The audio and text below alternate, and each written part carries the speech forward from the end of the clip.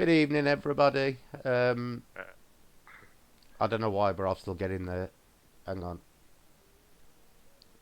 I'm still getting the music coming through.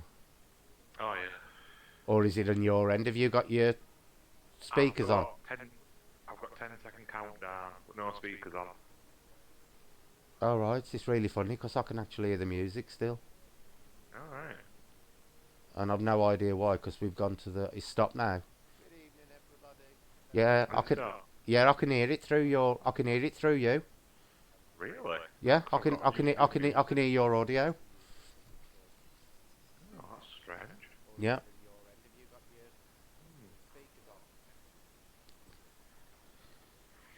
Yeah, I can Oh, definitely hear your audio for some reason. yeah, because I've got YouTube actually muted. You know, like physically muted on across that. It might be me.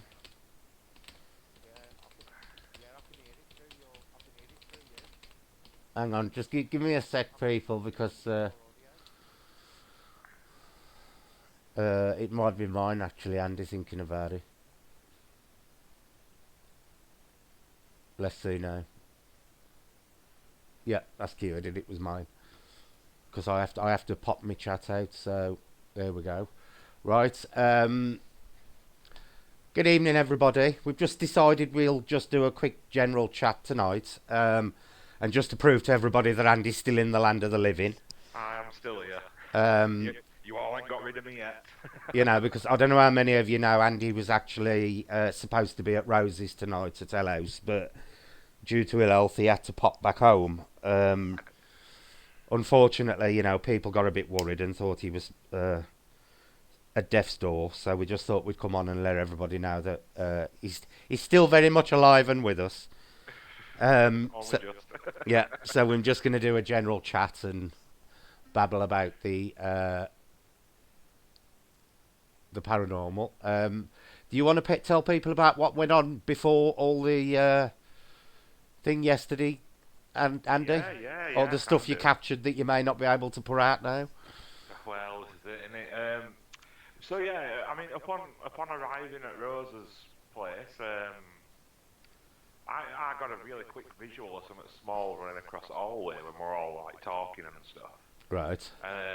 We, we all heard odd things, you know, like the cool like moans and groans and Yeah. stuff like that. Um, it was rather interesting. We got grand to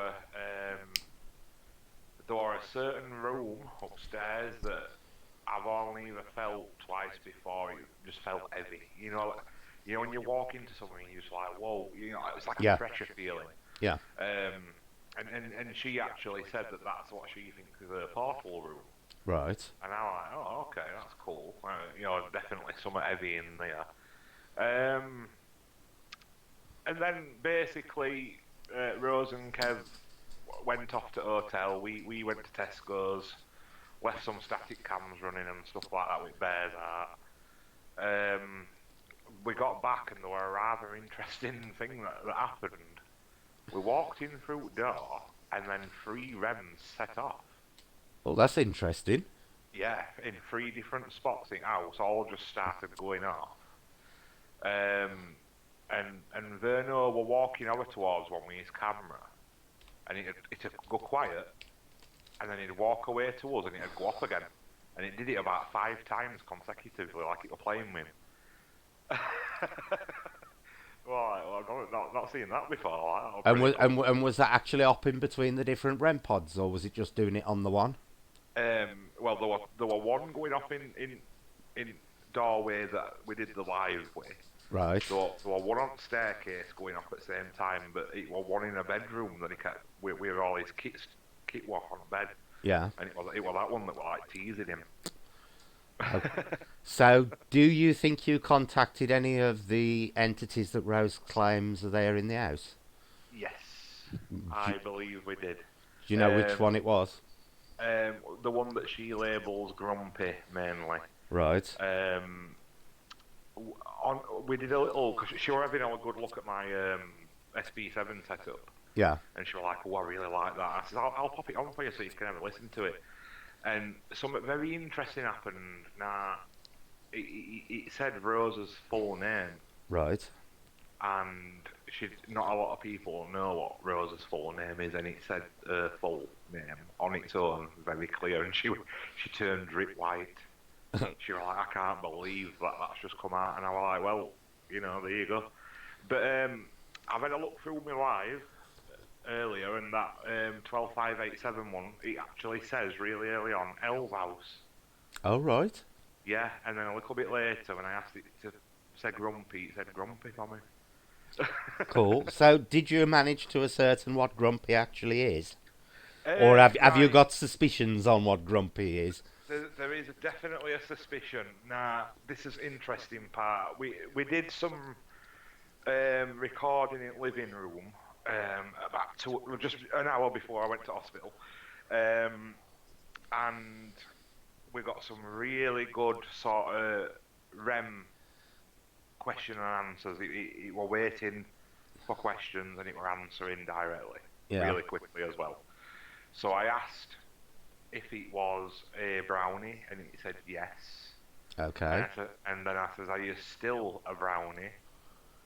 And he went quiet. Mm-hmm. And then I said, have you boggled yourself? And he said yes. And then I said, which was my suspicion? And then I asked... So you think what do you think he is then, a boggle? Yeah. Right, okay. So you basically think he's a brownie off the rails? Brownie off the rails, but I asked him if he would like Rose to reset his mood, and he said no. Oh, so he doesn't want to go back to just being an house brownie? He's apparently he's set in his ways now, and that's it. Oh, right, so basically she's got to put up with that mood forevermore now. Yeah, yeah. Did you contact any of the others there?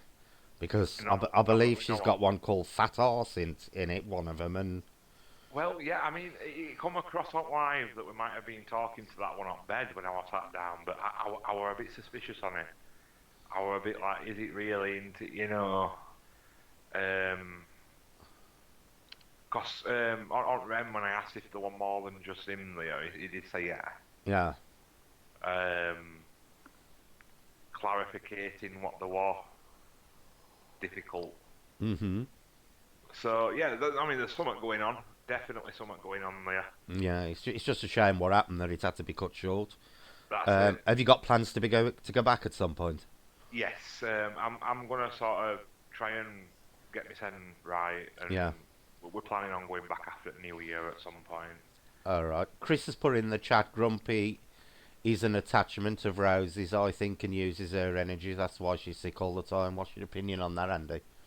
I don't think I think he's more attached to House than anybody in particular. Like Rose says herself, the activity started around her when she was 7 years old. Now 7's a magical number for us. Yeah, very much. World. Very much so.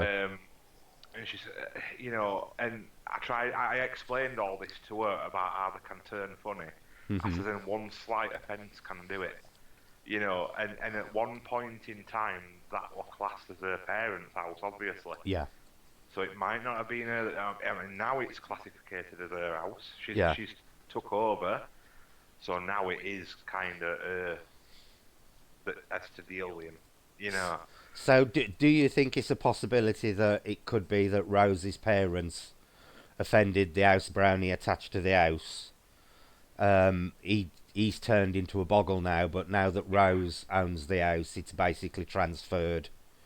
I think it transfers down generations. Yeah. If so be, yeah.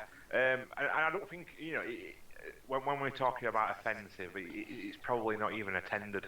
Yeah. But they're so emotional. Yeah, that's right. That's what I said unintentionally. Yeah, I don't think they went round the house, screaming and swearing at him to upset him. And like you say, they are temperamental. They're very temperamental. But there were a few things that I noticed what I didn't know prior to going, that there's a lot of religious paraphernalia in the house, and he doesn't like it. He really doesn't like it one bit. Yeah. See, I've often wondered how things like the Fae react to people who are highly religious. Yeah. It's because my granddad on my dad's side, he was devout Catholic, and I mean proper devout Catholic, Andy. Yeah. and Yeah.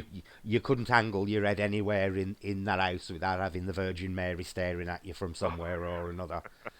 And I've often wondered, you know, do they take offence at stuff like that? Because it is like, Probably so. Yeah. and considering the history with paganism in general and Christianity, Exactly. Yeah. it's got to be a big slap in the face. It's got to be, hasn't it? Yeah, Yeah, definitely. huh? Most definitely. But yeah, So, all in all, I really enjoyed it. Yeah, I mean, Rose and Kev are saying absolutely brilliant. The mhm, energy is really wild. yeah. It's really good. I'll Uh, tell you what I did notice on your live last night mm, was the way you approached it to the way the previous team approached it. You came right. from literally opposite ends of the scale in regards to how you communicate. Okay. Now, you know my opinion on it. I don't believe in screaming and swearing at things to get. Oh no, no. But I understand that everybody has their own methods that work for them. Yeah. Do you think that they reacted more to you because you did approach them in that manner rather than the more of a goading type of approach? Yeah. I think for ours, I think key to how we do it is you can get a longer sort of interaction with it. Guarding and provoking, I think you can get a quick sudden burst if it's going to happen, but then Yeah, it's like a quick retaliation, yeah, if you will. And some people just hope for that one little bit, but mhm, I'd prefer a longer, yeah. relaxed interaction. I think that's difference between two for me. Yeah, well, for me, I think the longer you keep it going on like that, Yeah, the more strength you add to your proof. yeah. And I mean, and obviously that's putting faith in some equipment as well, isn't it? You know Yeah, what I mean? yeah, That it is yeah, actually what we say it is, and it is actually working. I mean, yeah. to start with, that bear were out there for nearly 45 minutes with nothing until we Mhm. started tempting them to come to it. Yeah, and started And asking the questions. yeah, I kind of liked how that showed in live as well. How it was some temptation and trust building. You know. Yeah. Do you believe they're all Fae related there, or do you believe there's any residual stuff going on? Well, actually, Mark Vernon sent me a little audio clip when when everybody were at the house, and Right. it sounds like a dog barking. Oh God, Just a, not another one. just a quick, but it only sounds like a smallish dog as well. Mhm.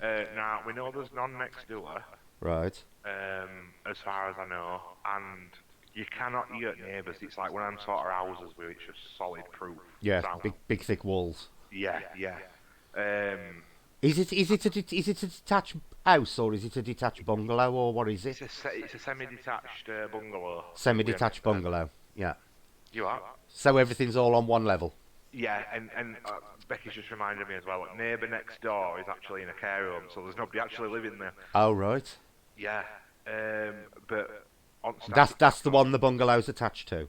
that's the one it's attached to. Yeah, Right. Okay. and there were a little dog yapping in passageway, and you can clearly hear it. Mhm. Now, they actually told us as well this morning before we left that they had a little dog that used to climb a tree. Right. And she was like, he was lovely till we lost him. So, Mhm. I don't know. Maybe there could be something going on there. You know, Yeah. a sound of a dog bark is the sound of a dog bark. As far as Yeah. I'm concerned, you know. See, but that could be more of a residual thing. It could be. Yeah. Especially if the dog was attached to jumping up and down the tree in certain areas and stuff. And this is why I think a lot of people when they report the pets jumping on the bed with them at night when they, Yeah, yeah. if it's a routine that dog or cat or whatever used to do. Stop dancing at me, Kaya. You've been out. Um, used to do. Hi, Nicky. We weren't planning on coming on, but because of what happened last night, we just wanted to assure people that Andy's okay. Um, I think it may be that it's imprinted within the general area over a period of time, and it's just replaying. Because regarding pets, you very rarely hear of them being more of an. They tend to be more of like a repetitive type of thing, don't they, than an actual interaction sort of thing. Yeah, yeah. So it does make you wonder. It But does. She's also got a shadow man there as well, hasn't she? Apparently. Apparently, I think there's two variants. There's one that comes as a big black mass, Yeah. and then there's one that's more clean cut that looks like an Ant-Man, at shape. Right. Um, yeah. But Maureen, there's all. I swear Maureen only comes on this channel to gamble. I swear to God. Yeah, But go yeah, on. it's some activity that she's told me about that she don't usually, talk about. And I kept looking at Becky and giving her that look, as if to say, I Yeah. can't believe you just said that. The actual smell of flowers drifting Oh into well, space. yeah. Well, I can identify with that one. Yeah, You right. know. Classic house brownie, one of them. Right, obviously they're all individual, but they all do similar sort of tricks to get you to listen. Mhm. Right? She finds house keys in fridge. And it's a big thing that. It's a really big thing. And it's basically, I told her, it's asking for food. But her husband Kevin's actually been thinking about this lately. He's been clicking on.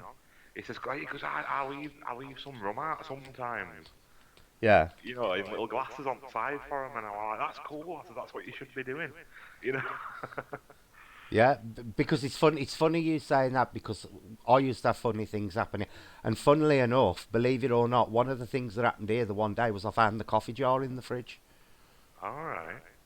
But that was months ago, months and months and months back. But since I've followed what you said to do, it has calmed down in there.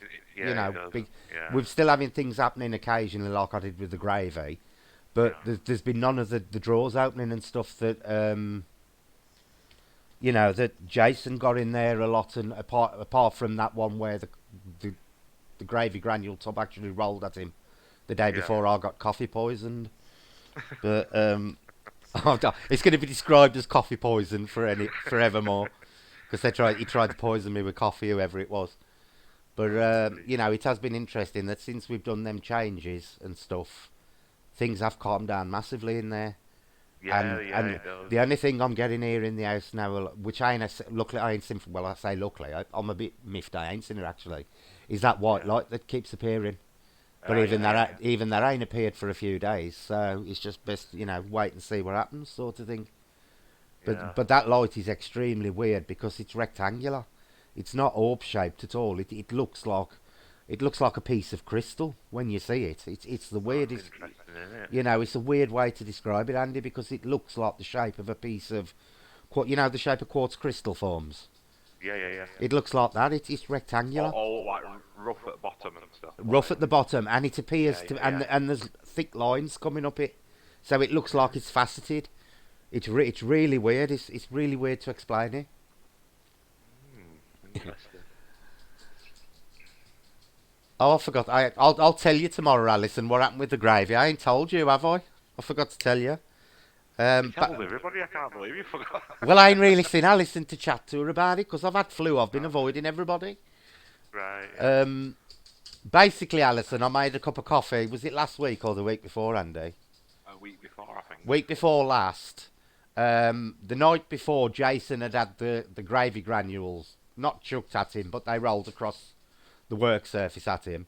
The following morning, the night before I'd been talking to Andy about it. We'd actually been discussing the gravy rolling across at Jace, and I happened to make the silly comment of, well, I'm fairly lucky in the kitchen because nothing ever happens to me in there. It's all up on the landing with me. The following morning, Alison, I went to make a cup of coffee, did my coffee, put my milk in, stirred it, went to put my milk in the fridge, and when I got back, there was brown bits floating in top of my coffee. So I just presumed the coffee hadn't dissolved, stirred it, took a sip, and it was gravy granules on top of the coffee. So it was the most delightful drink I've ever had in my life. The lights, Alison, they've appeared in front of the camera once while I was talking to Andy. Andy saw them the one day. But previous to that, I'd actually seen them bobbing around the living room. But it was a black light I saw. Well, it was more like a black mist I saw first, and it went out the living room into the hallway and came back in as a white light. But since then, I've seen it zip across the wall across my screen. I've seen it stationary on the wall, on two of the walls actually, and I've also seen it stationary on the ceiling in the bedroom. But I also saw while we were doing a stream the one night with Andy, there was a blue flash in my hallway, and it lit up the crack in the doorway. But that was like an arc blue thing. Yeah. Rather interesting, these lights. Yeah, it's really funny because I've never had lights here before. Never had lights here before at all, Andy. It's either been it's been shadows, or you know, things opening and shutting. Yeah. But it seems to have gone all light based all of a sudden. But there again, all the mimicking stopped now because it all started up with them calling the dogs into the kitchen using Jason's voice when he weren't here. I suppose, though, if you think about it, if you've neutralised mood, it would turn more light. You know, like Yeah. in perceivance of seeing darker to lighter. Yeah. Maybe. Yeah, because I've seen no shadows up on the landing for weeks. But you know, I've been seeing them lights. But it's totally confusing me because it's a rectangular shape. It literally is like a rectangle. Most people when they see lights, they say it's like an orb, and these don't look like an orb at all. It looks like like a faceted quartz crystal, but white, really, really white. Apart from the one blue one, and I can't even tell you what colour that was, what shape that was, because that was literally just a flash in the hallway. Like I said, it was like somebody had fired up an arc welder for a second, and like when you get that quick blue brilliant flash. But since then, they've all been white. Very strange. So I honestly do not know. Yeah. Honestly do not know. But Alison's on my next door neighbour at the moment. She messaged me yesterday and actually said the activity in her house has ramped up as well. Really? Yeah. But on now, four of the houses in the row of 7 that are now have had activity in them. 4 of the 7 houses. The one at the other end, at the far end, which is like 4 doors away from me, they've been having some right activity in there, wrecking watercolour paintings and spinning the kitchen bar stools round and banging on the floor while they're in bed. Right. But when I first came here, I was also told that there was a little girl apparently had been seen in a number of houses, and I know the neighbour here saw it, and her family saw it, and the boyfriend of one of the daughters saw it as well. But I have never ever seen a young girl in this house, not once. Right. But I know Claire, 2 doors down, told me, that it's been seen wandering through the houses over the years. And Claire, earlier in the year, actually had a music box playing. London Bridge is falling down, and that has got a son, a teenage son, so has got no musical box type thing.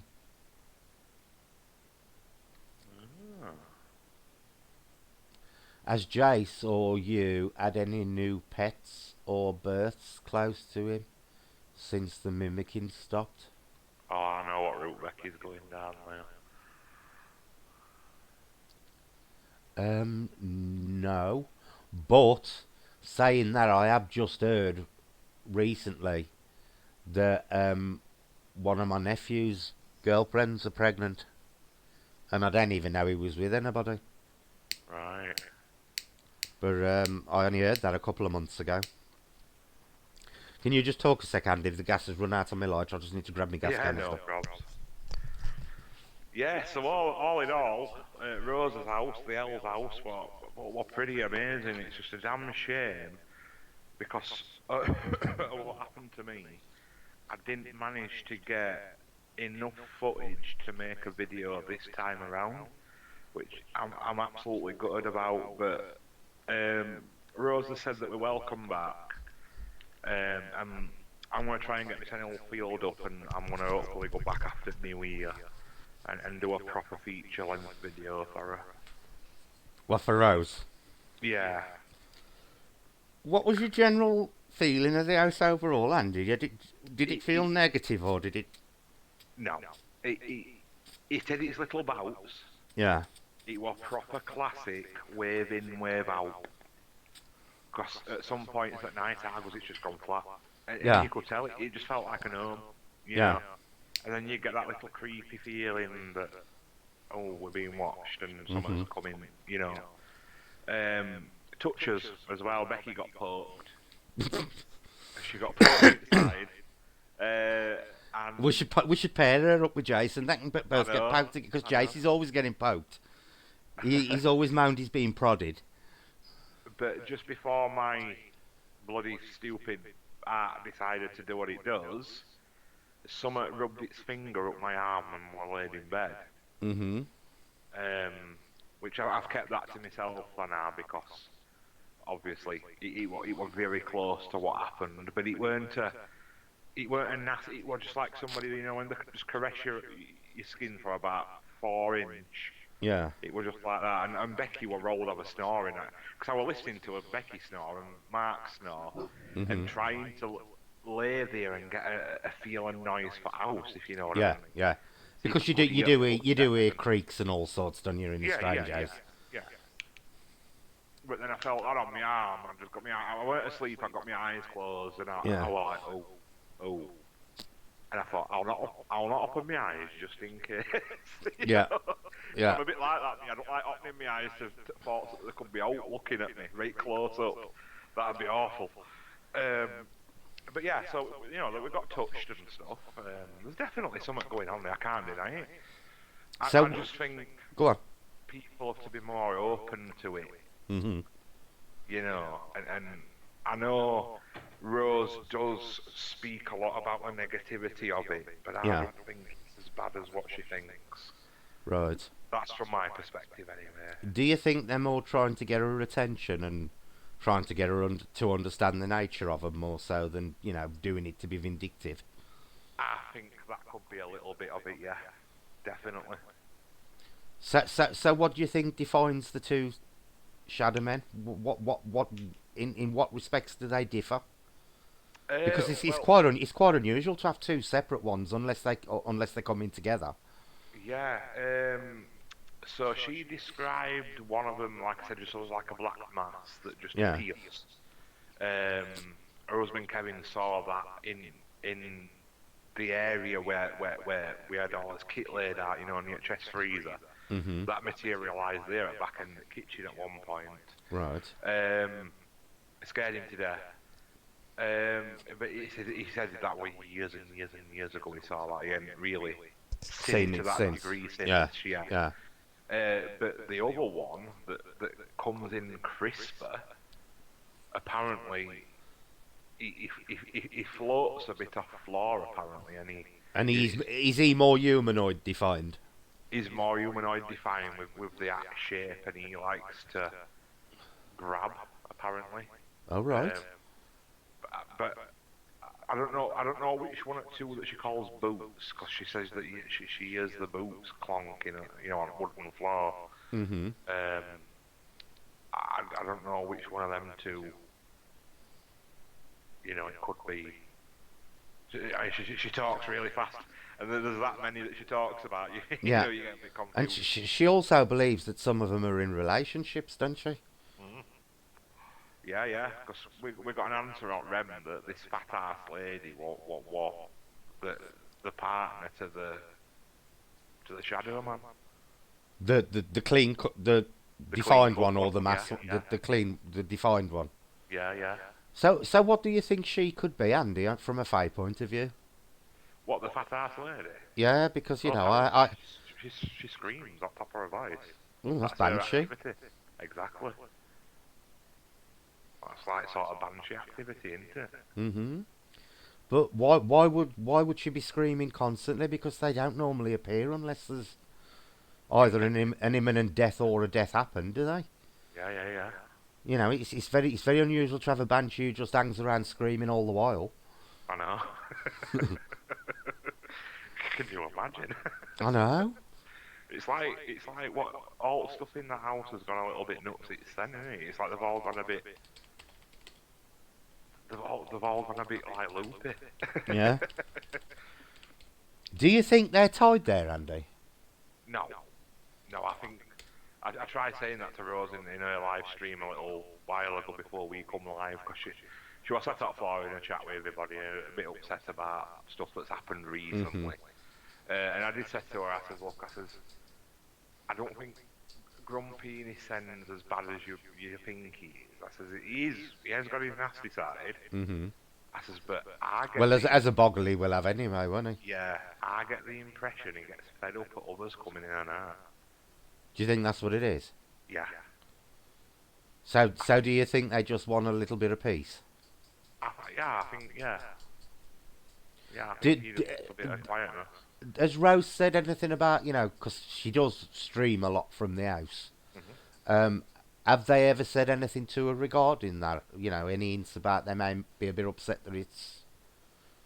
Yeah. She hasn't said so, but Right.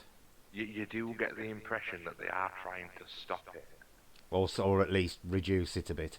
Yes, because I mean, I've never seen how our stream got affected last night with frozen pictures, and Yeah, you that was unusual. you could still interact by putting colour filter on it, because Becky was trying it, and it was really, really, really strange behaviour of a live stream.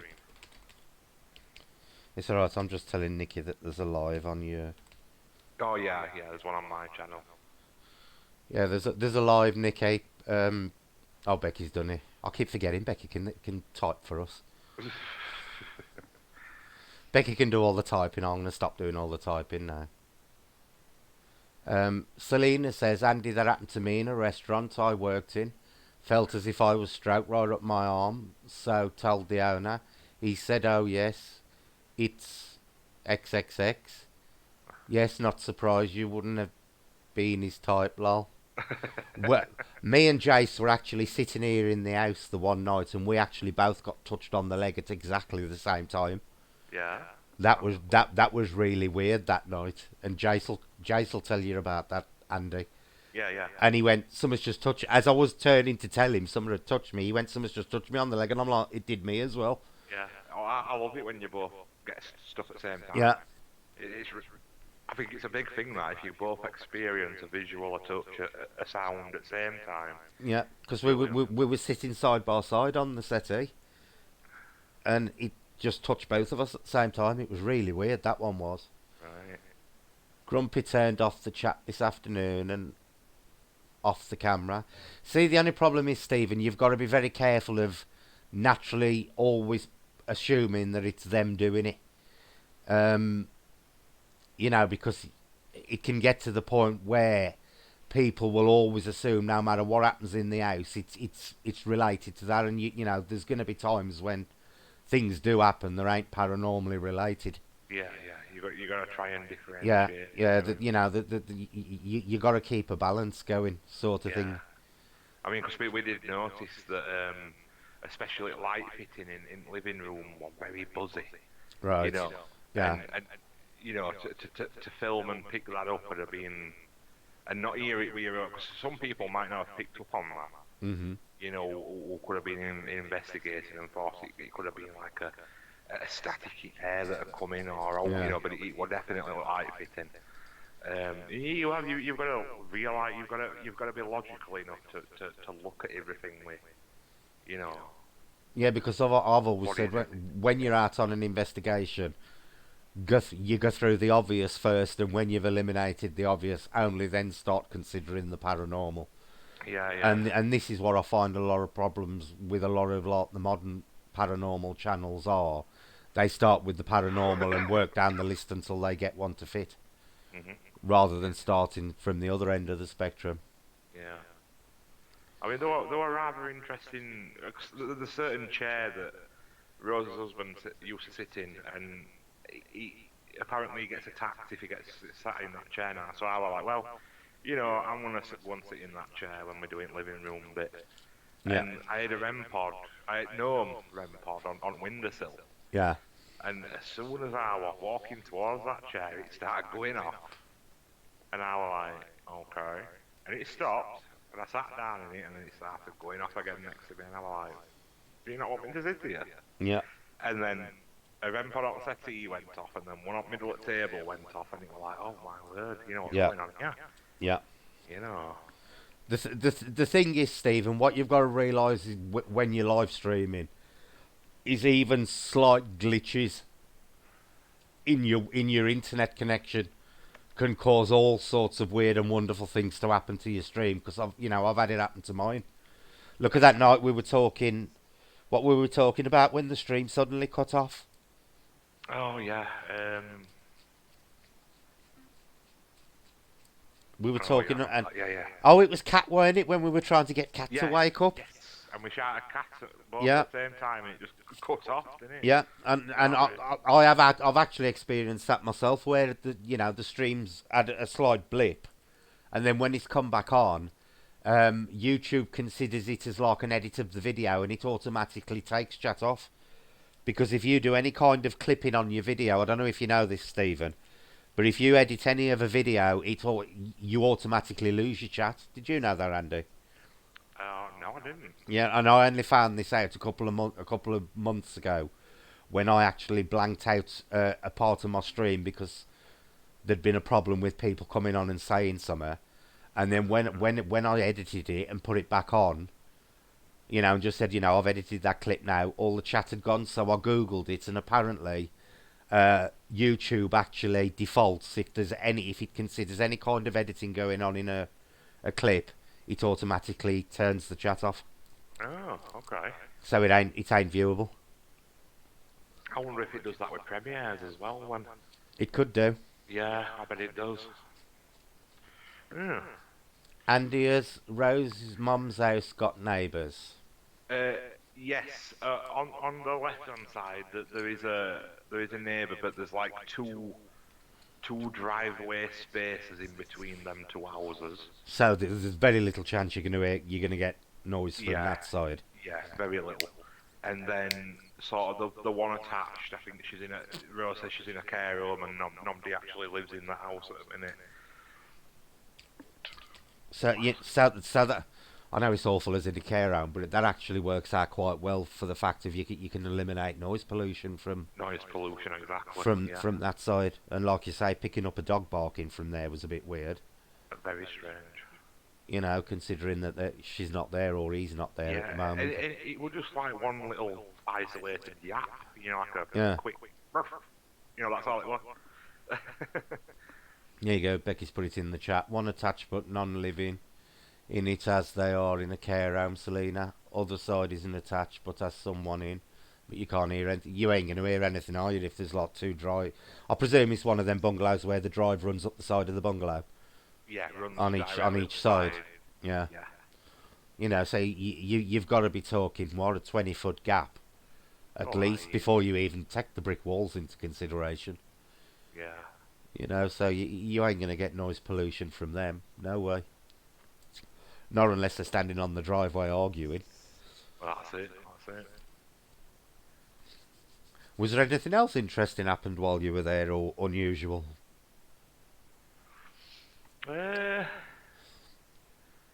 Not really. I mean, to be honest, I were hoping I were going to see something move. Mm-hmm. I were really. I tried asking in a recording. I put one at Ren Bears on the living room table, and I held my hand out. I says, "Can we play a sliding game? Slide it into my hand if you can, and I'll slide it back to you." Kind of, they weren't having it. It's like the forbidden asking to, Has Rose actually had? Did it say if has had much in the way of movement going on there, or is it more, or is it just more appear? Regular. Because I know they apparently appear on camera quite a lot.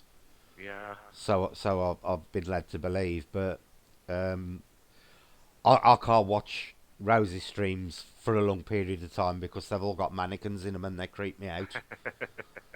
So I'll watch them for like 30 minutes at a time, and then I think, I've had enough now. I'm going to have to take a break from it a bit. Yeah. Hey, because... Hi, Ellen. Because for me, they set me in the mind frame of starting to look for things. They have a psychological effect on me, so that's why I tend not to watch videos for too long if there's mannequins and stuff in them. But she makes me laugh how she's just wandering around having just chats with them and stuff. Oh, yeah, and she's like that off camera as well. You know, she just generally chats to him. Selena says, I have heard a lot of muffled arguments in Rosie's streams and dogs barking. She was in hospital at the time. Oh, there you go. Selena's heard a dog. Ah, okay, that's cool. Apparently, Selena, there's no dogs there. There's no dogs next door, or there's no dogs in close proximity to the bungalow. So that's quite an interesting one. If people are Yeah. actually hearing dogs barking on the streams. El's house, Nikki. Hell's House Paranormal, I think it is, isn't it? Yeah, yeah. You'll Oh, you'll you'll find it under that. What is that trickling water noise that's always running in the background of the one room, Andy? Did you what go in that room? upstairs? Yeah. I think I'm positive it's something to do with a boiler Right. Okay. in back. 'Cause there's like an odd shape to that ceiling, what looks like it could conceal a tank or something. Um, yeah, because I didn't notice that central heating house can be a little bit noisy. Yeah. In general, you know, a bit clunky and a bit Yeah. creaky. And, Well, I'll tell you something. When I was married, Andy, many years ago, um, we bought our house, and it was fully central heated, yeah, and you would not believe the things that central heating used to cause in that house. You'd get the radio, they'd click and clang whenever they were like warming up or cooling down. yeah, But the most interesting thing it used to do on our bedroom door, the radiator was to the side of the door, and it must have used to warm the door up because it was an old terraced house and they were proper solid wood doors with panels, and there was slight cracks in the panels if you look closely. And what used to happen is when the central heating used to go off, within an hour or two, our bedroom door, we used to get knocks on it, proper, like somebody had rapped on it. And what it was, right, it was actually the doors as they either heated up or cooled down. It was these cracks expanding in the doors. right, And most people had just sat there and gone, "Oh, there's somebody knocking on the door. There's a ghost here and stuff." But I monitored it over about 3 weeks, and I thought there's a pattern to this. It's yeah, always happening within a couple of hours of us turning the central heating off, and right, and, and okay, that was what it was. We were yeah, going to bed on a night, and then after about an hour, 2 hours, you'd suddenly get knock, knock, knock on the bedroom door. But it was only in that time period, and to test it out, I tried it at different times of the day, yeah, just to make sure it weren't something residual. And you could guarantee within 2 hours, knock, knock, knock on the door, and it right, was these cracks as they contracted back down as the door cooled off. So knockings and rappings, don't take it that they're all paranormal because they're not. Always look for yeah, the obvious answers first.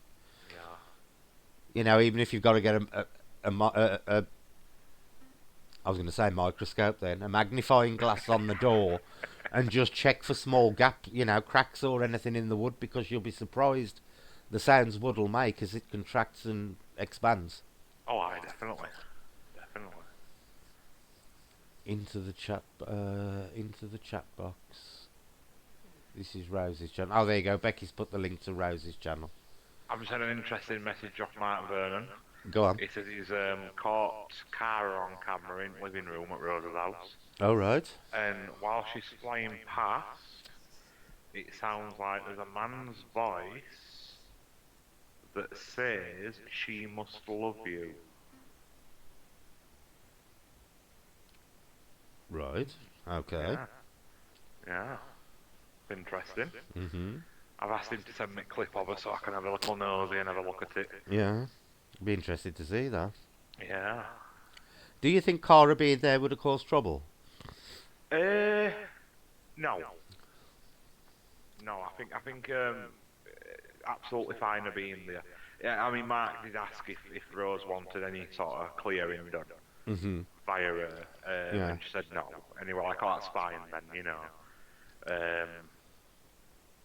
But no, I think genuinely she's all right with all, being there and stuff like that. Yeah. I was just wondering whether they'd have took offence at somebody else, Bringing somebody else in, yeah, someone else coming in. Not Yeah. necessarily Rose. I meant them. Whatever's Yeah, there at them Rose's. themselves. Yeah, yeah, Yeah. yeah, yeah. No, to be honest, I think it was fine. They'll probably been having a chit chat or something, you know. Yeah. Because obviously Tommy will have been there as well, and Oh well, yeah. you know. But there again, Tommy acts as more of an intermediate, doesn't he? I don't really know. Yes. I don't know Yeah, how yeah. Cara operates. I don't know how she actually interacts. Does he use Cara as an intermediate, or does she just hang He, around?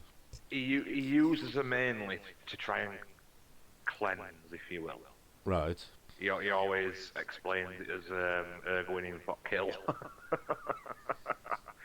But I think I wouldn't exactly class that as a cleansing. I know. But I do believe it's more she'll go in, talk to them, calm them down, tell them to go if they can. You Yeah. know, Yeah. if it's a brownie, it's just gonna put middle finger up and go, it's my house, not yours. Yeah. You know? Because I can't see psychic murderers leaving a good impression anywhere. To be honest No, with you, no. I'd have thought it'd be more of a discussion thing than an actual Yeah, physical one. definitely. Yeah. Have you spoke to Tommy today? I haven't. No, no, So you don't know what his impressions are of the place yet? no, not yet. I'll definitely be having a little chat with him. Yeah, because it'll be interesting to see what Tommy has to say about the place. You see, you know, the whole ice thing that he told me about. Yeah, I've got a very interesting story about this. go on. So we tried the normal way to calm my heart down, right, Yeah. with the positional manoeuvre thing. Mhm. And then I said to Becky, I says, right, we fetched us Ziploc bar glasses, but we didn't buy any ice from Tesco. Yeah. So we quickly ran to Rose's chest freezer, looking to see if there were any ice in there. Mhm. And all the while were a bag of frozen peas. Well, good as anything in an emergency. In an emergency, so I did tell Rose, I says, I owe you a bag of peas. But obviously we put them all into the Ziploc bag, I filled it up with water, and I says, right, let's give this a go. Yeah. Stuck it on my face, and I don't know how people cope with that maneuver, that technique, because it cuts your breath off instantly. Well, that's what it's supposed to do, isn't it? It's a Yeah. shock treatment, isn't it? Yeah, but it didn't work at all. Oh, I mean, right. I tried it numerous times. I even ended up running to the shower and just putting it on major cold and just Yeah. spraying it in your face. Nothing was working, so hospital Jesus. it was. Yeah. You know. Oh, But at Christ. least I tried. At least Yeah. I tried his suggestion on what to do. Yeah. Did Rose's mum and dad ever experience a lot of activity in the house when they were yes. there? Yeah, a lot. Yeah. So, it weren't just Rose they were picking on it. Her mum and dad were experiencing it as well. Yeah. Apparently, there were all sorts of stuff like bed actually being picked up and then slammed while they were in it, and Oh, nice. and it's still the same bed, and Rose couldn't even lift it. She goes, it was a massive cast iron bed, like, and I was like, yeah, that's intense. All sorts of stuff. Yeah, because that's gonna take a bit of bloody energy to do something like that. Oh yeah, definitely. So there's definitely something wielding a bit of power there. I'd say Yeah. if they're lifting, cast Yeah. iron beds. Yeah. But very, stuff like that interests me because that is stuff it's hard to fake Oh yeah, definitely. particularly when it's somebody who ain't actually connected to the paranormal. Like a parents ain't weren't running a channel or anything. Oh, So no, yeah, so yeah. for them to experience is quite interesting to have stuff like that happen. Apparently, as well, Rose's brother, when he stays there, because they alternate staying times, Yeah. is being known to get a wooden spoon out of the kitchen drawer and walk around the house banging it on pans to scare him away. And does he honestly think that's going to work, or does think- it, yeah, or I does think it he just make him believes it. feel better? I think it might be a bit of both, but she says we've actually seen him on camera doing it. Has Rose ever actually tried to get rid of him, or is she happy to have him there? Yeah, she said a blessing done twice at house that made it worse. Right. So it just And- aggravated the situation. Yeah, and I said to her, well, that's a challenge. If it's what we think it is, I says that's definitely a, I'm gonna grind meals in and challenge that, Um, but apparently, hands down, Griff apparently got scratched on his neck in there after he read a prayer. Right. And in the bedroom we stayed in, like in wardrobe section there at Mirror, there's a prayer, and if you read it out loud, it initiates a scratch on your neck. And didn't you try it? I didn't try it now because it goes against my. Oh, right. Oh, was it a Yeah, Christian prayer? it was a very Christian prayer. Yeah. Oh, I wouldn't read it either then. No, I mean obviously for science, but because of my belief systems, I was like, no, I'm not doing that to them, you know. But yeah, apparently it does induce a nice big scratch on your neck, that one. Oh, right. See, personally, I think with anything like that, Andy, you've got to actually have the belief in that in the first place Yeah. for it to have any power behind it anyway, because otherwise I'm just going to sit there and go, yeah, you don't mean that anyway. Well, exactly, yeah. And I do think they know stuff like that. So, did Becky experience anything? Or Becky, did it just snore all night? yeah, she was definitely snoring well. But yeah, she sounded like a Bengal tiger. All right. She experienced the poke, Excuse me. and hearing stuff, Yeah. like the female pictures of like whispers and stuff, but yeah, pretty much we all like kind of collectively experienced. I think there were only Vernon. So they only touched Mr. Vernon. No, he was the only one that didn't get touched. Oh, they don't touch him. Yeah. 'Cause while he was asleep on a chair in the living room, I was saying, somebody go poke him. I said, go on, please go poke him, But no, it didn't happen. Yeah. What's your opinion on flat Earth, Andy? Because Oh, Alaska's just asked anyone heard of flat Earth in here. I'm what Brett would call, I've got splinters in my bum. So you don't know either way. I'm on fence because I have to trust the word of the faith because that's how it works. Yeah. And I know one said something to me that were like, okay, Mhm. and I'm just gonna leave it at that. See, but the thing is, if it depends on whether how they view it, because if they're interdimensional, as we believe they are, on a dimensional level, the Earth may appear flat. Well, yeah, it may do. But on a physical level, it could be spherical. Personally, flat Earth, I believe it's spherical. I just can't understand what the big conspiracy would be on convincing people that it was round, spherical instead of flat. I can't understand what the motive would be to. Yes, I believe in reptilian aliens. I don't believe the royal family are reptilian aliens. I've got to be honest.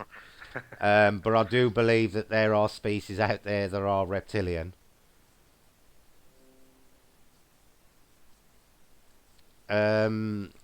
The thing is, Teddy, you've got to take into consideration things like gravity and stuff like that. I don't know. For me, I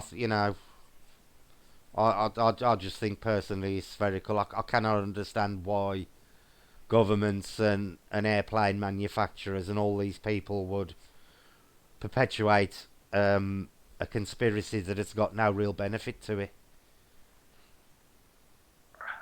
Teddy thinks the Earth's a cube. That's interesting, considering what we were discussing the other day.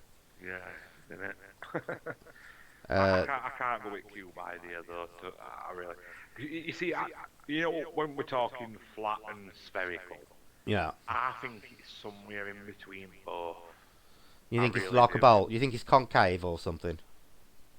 I think because no land is absolutely flat, is it? No, it no. has got its own hill mass and mountain mass, yeah. and I think it is more like a rugby ball, maybe ish. Yeah. Not quite as pointy on edges, obviously, but Yeah. I don't know. but I don't believe at the same time that, like, say, Australia is underneath us. You know what I mean? Right, I okay. think the land mass is still all on the top edge of it. Well, technically they ain't underneath us, are they? I think if we drilled straight through the earth, we'd come out in the sea. Well, yeah, yeah, but close, you know, like Yeah, that they're, sort of they're, close they're the enough to closest England. landmass, in they? Yeah, yeah. I believe my nasty neighbour is a reptilian. I do believe that there are reptilian alien species, and I do believe that they've been seen on Earth. I don't believe that they are, you know, part of this Illuminati thing with the royal family and stuff like that. Um, I ain't saying there ain't a big New Order conspiracy going on, because I believe there probably is, but I don't believe it's being run by shape-shifting lizards. If that's the way the conversation's going. I have 44 official government documents, all stating the Earth is flat and motionless. You see, I do tend to agree with motionless thing as well, me. But the thing is, if you stop spinning, gravity stops, and it would float off. But would we? Is that only Appa- what appa- we've been told? well, according to the laws of physics, we would, I don't know. and the atmosphere would go as well. My two best friends think I sold my soul to the devil. Oh, I've been accused of that loads of times. The word government means mind control in Latin, so yes. Oh, well, there's no doubt governments lie. You know, Definitely. especially in things like UFOs and ESP and all them kind of things. I think there's a lot the government knows in terms of the paranormal that they're not admitting to. Um, as to whether they're mind controlling us all, who knows? But there again, there's also the theory that we're all living in a matrix. Yeah, definitely. Oh, this It's, is it, it. it all comes down to personal belief, and there's no way you can prove it one way or the other. There can't just be Earth in the whole of the universe. Where no, can't be, Maureen. Well, they've estimated in our galaxy alone, there's billions of planets, and we're just one galaxy of trillions. So that the number um, is astronomical for planets, and for us to be the only planet in the Goldilocks zone is just mathematically impossible. Satan wouldn't buy mine, made him a great deal too. Who is this false entity that Ellen talks about? Yeah, that's a very interesting statement, Ellen. Who is this false entity? No, I didn't see the one cat posted, but I've watched a lot of videos on Matrix glitches. That one with Moon always gets me, where it looks like it's resetting. There's that great big line that like sweeps down entirety at Moon, and it's like if you look at Edge, it's off shot as it's sweeping. Oh, is that what it is, Happy Droid? I thought we'd lose gravity, but Happy Droid says it gets stronger if the Earth stops spinning, All right. and the Earth would begin to erupt volcanoes. Yeah, because the actual molten core would expand. Look like some serious interdimensional crossovers. There's some very strange things that you can't really explain regarding the Matrix theory, because some of them do actually make you think that maybe there are glitches going on, and maybe we are in a A simulation. simulation. Yeah. Maybe so. I suppose it's one of the one things that you're not going to know. I mean, how do we know death is just getting parole? You know, Mhm. this could be a prison state that we're Yeah. all in. Yeah. Could very well be. Early deaths could be parole for that person. You Or know, we could even be like they suggested in the Matrix. Batteries for somebody else. batteries or Because if powering you think something. about it, we are basically organic batteries. Yeah. Basically, the tide wouldn't work, so there would be mass flooding. Yeah, there's a lot of there's a lot of science behind the fact that the Earth spins. And you'd have to go back to the belief that the sun spins round the planet. Otherwise, You know, and you're getting into Terry Pratchett realms of Oh, Discworld and aye. stuff. Oh, aye. And I'm a big fan of Terry Pratchett. Lighthouses can be seen up to 100 miles away, but according to the globe model, the curve is 8 inches per mile squared. In 100 miles, the lighthouse would be under a mile of curvature. Yeah, but then you've also got to take into consideration light refraction. Um, Flat Earth, because it's a proven fact with even with radio frequencies that they can be refracted over an horizon. And that's just with radio frequencies, and light behaves exactly the same way. So you have got to take into consideration the atmosphere with stuff like that. It's just one of them things that you either believe in or you don't. You've got to look into it more. But personally, I believe the Earth is spherical. But that's just my personal belief. If somebody proves tomorrow that it's flat, I'll quite happily believe it's flat. Well, that's it, innit? I think, when it gets into people ridiculing each other for a belief, that's when it gets a bit stupid for me. Mm-hmm. And I tend to come away from it, and it's like when they're at each other's throats, Yeah. you know. Light illusions will give false readings. There are actually, Chris, there are many examples if you look into the paranormal where objects thousands of miles away have been projected onto other parts of the planet, and that literally like a mirage, and that is quite a common occurrence. Yeah, exactly, Happy Droid. Basic photography principles prove about light refraction. Light can be bent, as can radio frequencies. Hi, Jackie. Well, apart from my cold, I'm fine. I'm doing well tonight. I ain't coughed my lungs up too bad yet. Andy's recovered from his scare yesterday, so we're both plodding along. We're still both breathing, put it that way.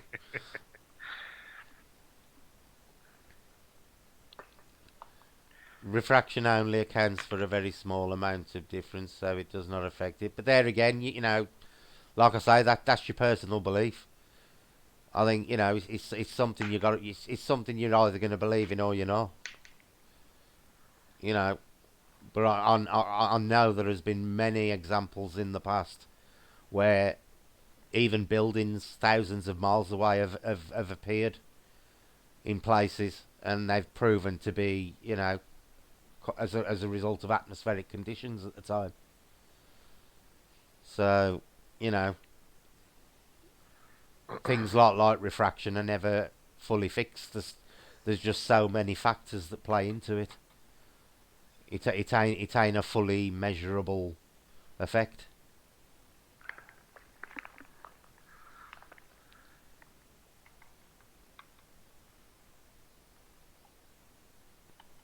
So you think the Earth's like a rugby ball, Andy? I don't know. I don't know. I don't think it's totally round. I don't think it's totally flat. It's somewhere in between. So who do you think lives on the points? On the points? Yeah. Oh, I don't know. Well, apparently we hear that it's a big ice wall, don't you? All right, edge. Check out Eric Dubay channel. Yes, see, it's like I say though, flat Earth. There's all these arguments raging around the subject, but nobody can come up with a respectable answer as to why such a mass conspiracy would be taking place for something that would have very little significance to the average person. See what I'm saying, Andy? I do see what you're saying, unless it was breaching into the old programmed reality. If it Yeah. were breaching into Yeah. that, Yeah. then that's going to cause some danger, I think, to the general population. and But if the Earth is naturally flat, and not, as a subject of a matrix or anything like that, or a perceived reality. So we're talking complete natural. Yeah. Yeah, I can't see why governments and because I was watching one the other day where somebody was claiming that airplane manufacturers have designed their airplane windows to give the appearance that the Earth is curved. Now you've got to ask yourself why are they going to all this trouble, just to hide the fact that the Earth is flat. The thing is, I have got to agree to some degree that they are slightly bold windows as well, and like saying when they're sending out fisheye lenses up to prove that it's spherical, it's like, well, send a bog standard flat lens camera up as Yeah, well. yeah. Please for both. But they have done, haven't they? And it's the same with the Hubble telescope and stuff like that. There is images that and I've actually seen. There's even homemade videos on YouTube where, if you look, where people have sent things up into the lower atmosphere for a laugh. Have you seen any of that? And you can see, clearly see the curvature there. Why would people who run their own little science channels want to do it as well? Yeah. I don't know. I can't see the end benefit to a mass conspiracy. That is always a big sticking point for me. Yeah. I cannot see what the big opportunity is of making out that the Earth's spherical when it's flat.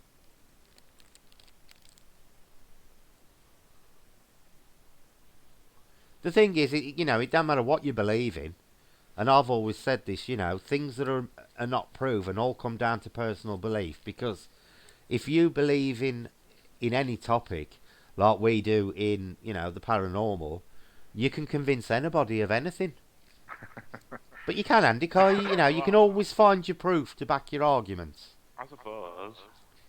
It just involves ignoring other bits of information that may argue with you. Yeah.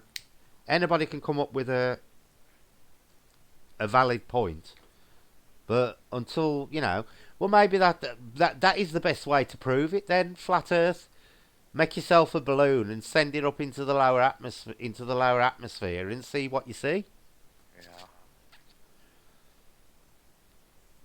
Yeah. And if you get a curved Earth yourself, you can't very well say that somebody's intercepted your camera on the way up and swapped it for a fisheye lens.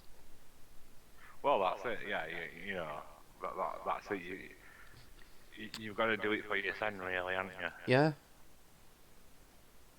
It would be some exploration of other lands.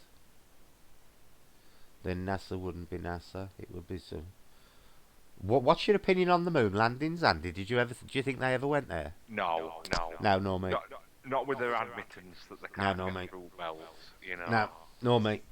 See, their argument for that is that you can actually get through they could get through the belt within 50 odd minutes, right?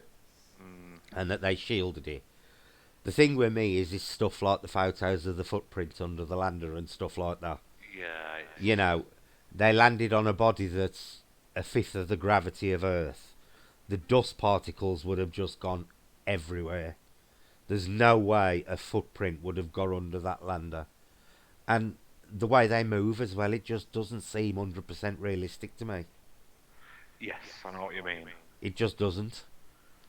But again, back in them days, it were all space race, weren't it? And we were going to be first up there, and countries fighting countries, and they had to prove something, didn't they? Yeah.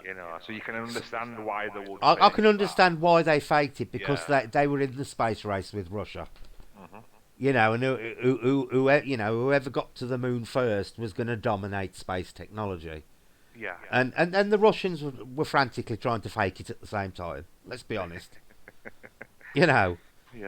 They were both doing it, but and they got there on the power of what is now a modern day calculator in terms of computing power. There's just so many there's just so many things that could have gone wrong and had to be calculated. I honestly do not believe the technology was anywhere near close to being able to do that in 1969. Not with the technology they had. Well, this is it. Look up high altitude weather balloons if shows a completely flat horizon. Is it? But that's what I'm saying. Flat Earth. The best thing, if you want to prove to me, make yourself an high altitude balloon, send it up, do a live stream while it's going up, and then we can all watch it live. And if that balloon shows me that the Earth is flat, I will happily believe it.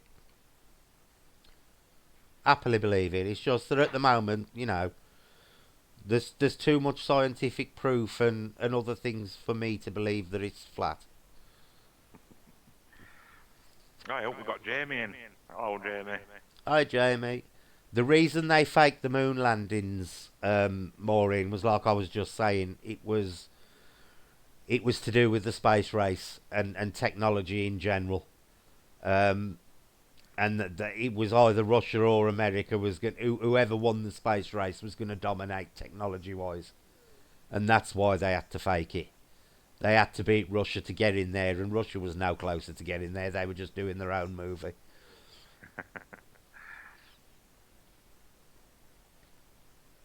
Hi, Jamie.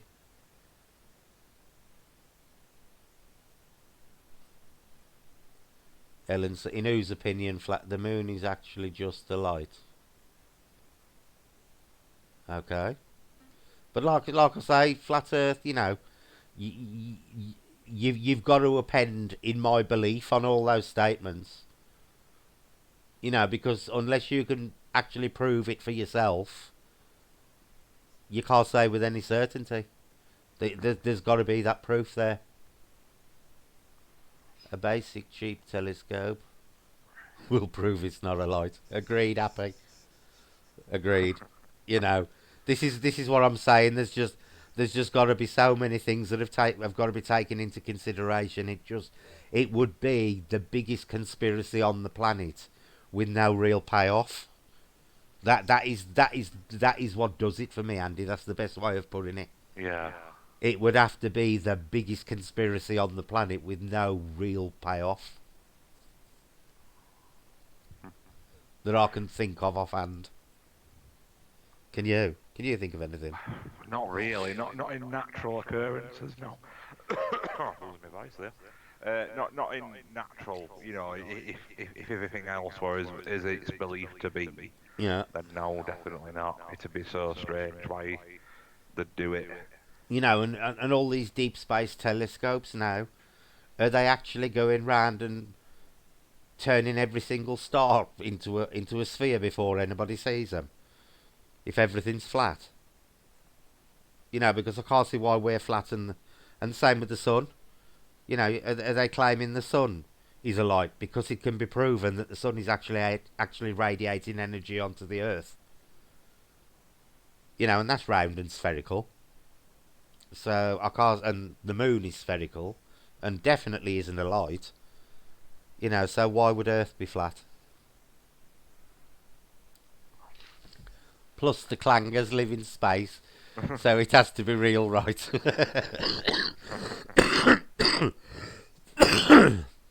And the good old soup dragon. The Tesla car was seen from a telescope. There is a whitey on it. Yeah. Yeah, but there's also apparently a glitch on that, isn't there? That we're all green screened.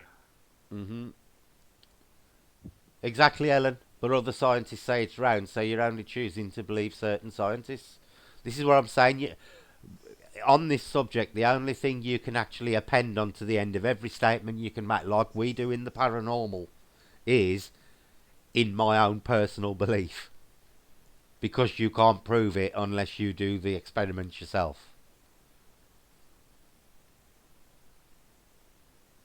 Before they were called planets, they were called wandering stars.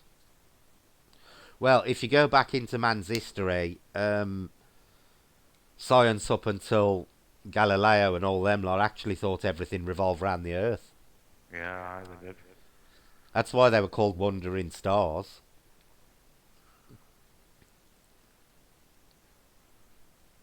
Lol, Becky Cheddar. Are they still talking about the clangers? Aye. And Wallace and Gromit about it being made out of cheese. Yeah. Oh dear. You know, it's just one of them. It's like Bigfoot. You either believe in Bigfoot or you don't. Personally, I do. But, you know, it's one Well, of them. yeah, it's one of them things, isn't it? By who? Cave people. I'm getting the impression Ellen's a very firm believer that the Earth is spherical, like me. Yeah. Hi, Lee. But yeah, it's like anything, Andy. It's personal belief. Of course it is. You cannot go, like we had that discussion on the spirit box the other day. Yeah. You cannot go onto a public platform and go, I am right because I think I'm right. You've got to have the proof to back it up. Of All you can course. do is go onto a public platform and say, it is my personal belief that this is right. And that is Yeah. as far as you can take it in any subject of the paranormal. Ellen says it's all for any theory. It's like me, Ellen. You know, if there was definitive proof provided tomorrow that the Earth was flat, I would happily accept it. I wouldn't just rail, go, oh well, I've always believed it's spherical, so it's spherical. If there was definitive proof tomorrow that the Earth was flat, I would happily believe it was flat. Well, I think this is a pet subject of Ellen's, isn't it? In it? Just give evidence instead of spouting random bits of info, lol. Bloody hell. We should get you in the chat, Ellen. You could spout it quicker. Oh dear. Well, yeah, you know. So do you believe in Bigfoot, Andy? Yeah, yeah, definitely. Do you believe he's a natural thing, or do you believe he's connected to UFOs or other dimensions, or because I've done a lot of research into Bigfoot, and believe me, the theories on Bigfoot are amazing. Yeah, yeah, That yeah. they cover an whole spectrum. There are people who believe they're connected to UFOs. There are people who believe they're connected to the Fae. There are Yeah. people who believe that they are interdimensional. You know, and then there's the other people who just believe they're an unidentified species. Yeah, I'll probably sit on side of um a bit like fear that they're sharing our space, Hmm. but on a slightly different frequency. So you think they're more of a And dimensional thing? yeah, and they can obviously alter their frequency to Yeah. be See, seen see, or see, not. see, I think that because the amount of times where footprints have just Stopped, vanished, vanished.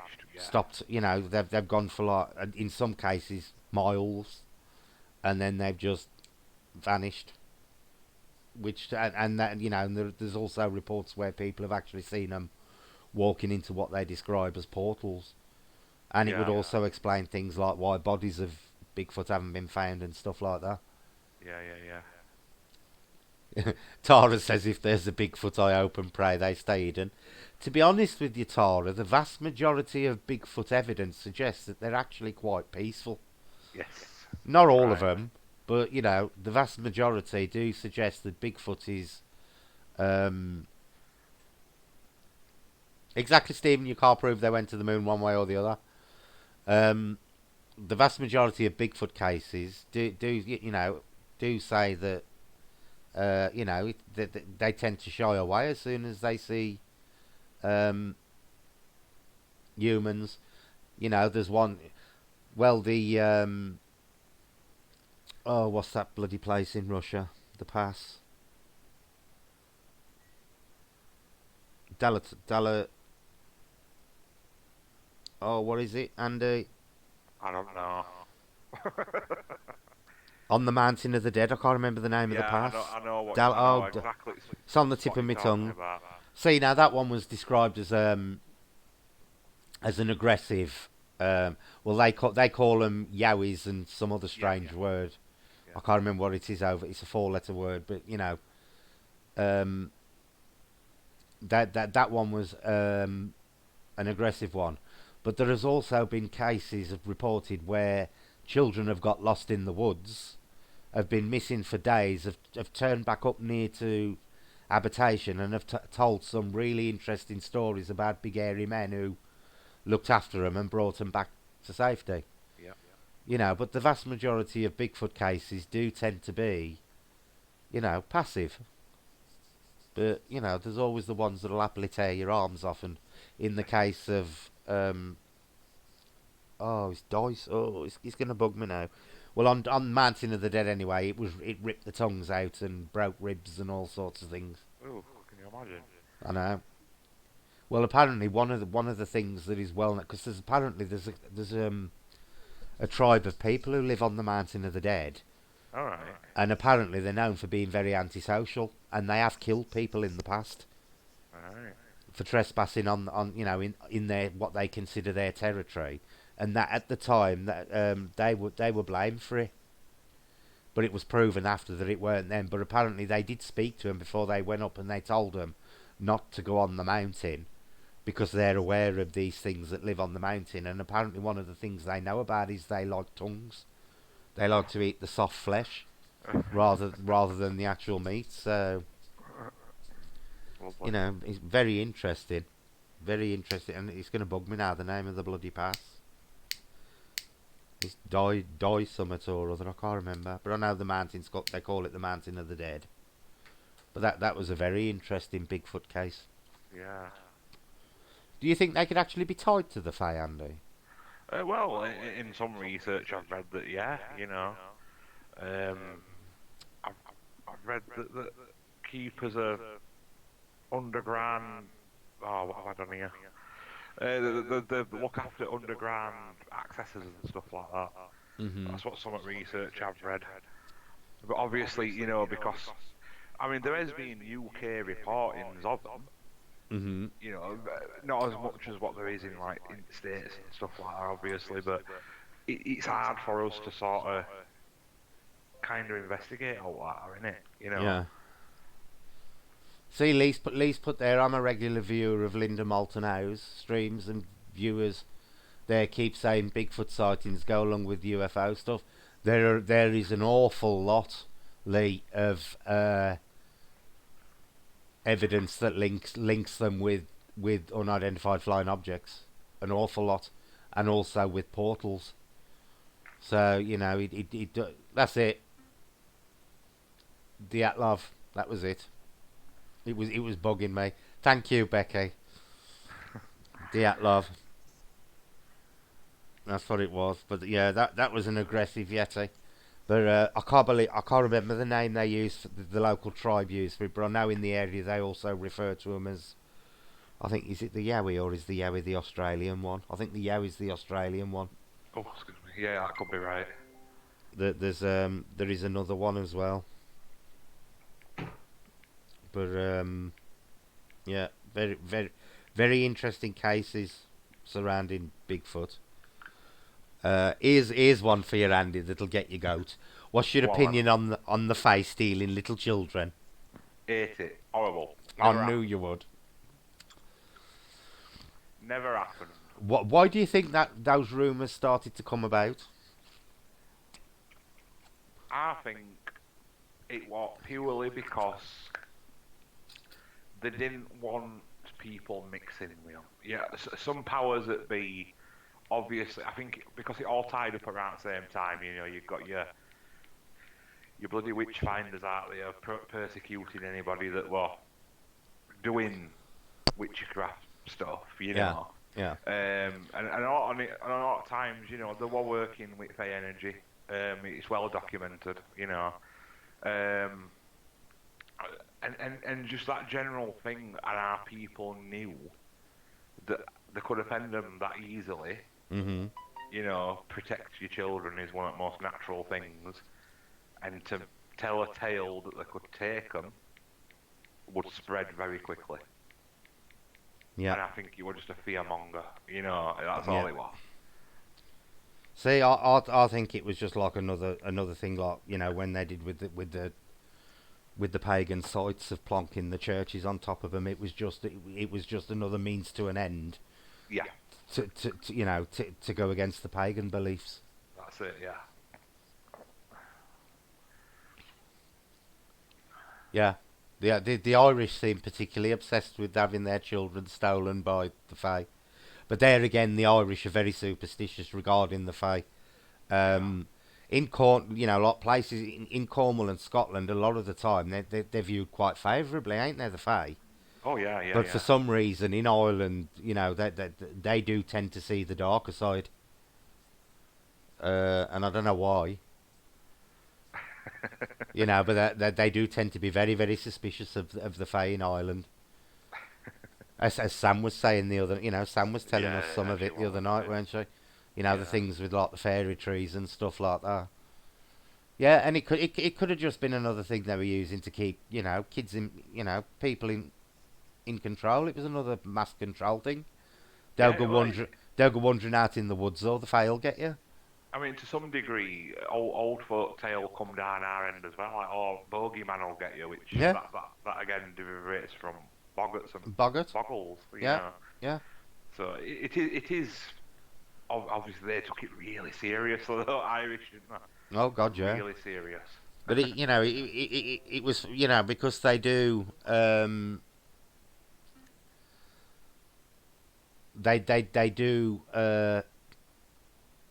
forgot what I was going to say now. It's alright. Something's just flashed up on my screen, and I read it, and I forgot what I was about to say. All right. They do tend towards the negative regarding the Fae. They have a very, very suspicious nature towards the Fae, the Irish. They do tend to view them more negative than positive, don't they? Yeah, yeah. And it was interesting what Sam was telling us about that one location I went to. Yes. It'll be really interesting when Sam returns to there, and I can't wait to now see nor what me, she comes up with. nor Yeah. me, nor me. I cannot wait to hear what they come out with.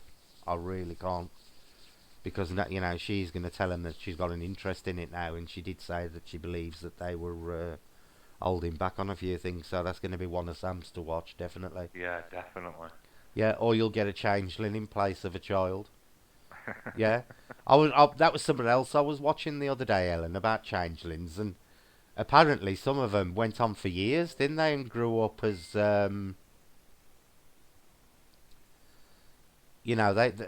even carry on the masquerade into adulthood. Really? Yeah, changelings. Apparently, there is cases where it's been carried on into adulthood, and there was one case where a bloke actually murdered his wife because he was convinced that she was a changeling, Really? and got off with it on the grounds of declaring her a changeling. That's nuts, isn't it? Yeah, it was amazing if you go back in time that the belief in the Fae was that strong. And there's no smoke without fire. There's got to be something to the stories. The Fae ain't something that have just been made up in fairy tales. Oh, I don't know. It's bizarre. No, I ain't about But changelings. I mean the Fae themselves, because people go, "Oh, they're just fairy stories." But even fairy stories are based on well, this is fact. it, isn't it? Yeah, yeah, You yeah. know. Hi, Deb. Oh, feel better soon, Deborah. I think we're all feeling a bit rough. Oh, I've still got my cold, Deb. I polished off an old bottle. Oh, I've got a little bit of liquid gold left. I'll put that in the glass Have and you? finish it. Yeah, tiny little bit. I've Tiny been little. I've been saving it. There'll be about half a wine glass full. Oh, there ain't even half a wine glass full. That's depressing. Oh, depressing. But did they play the tune by the doors at court, Andy? What's that? Did they play the tune by the doors at court? I've got no idea, did they? I don't know. That's why I was asking you. I don't know. Liquid gold, Ellen, is what I call Becky's tea. As if anyone's going to ask. Liquid gold, because that's exactly what it is. And I drink lots of it. It's my own personal name for it. As in stuff I sniffed as a teenager. Oh, I still sniff it now, Ellen, but no, not that liquid gold.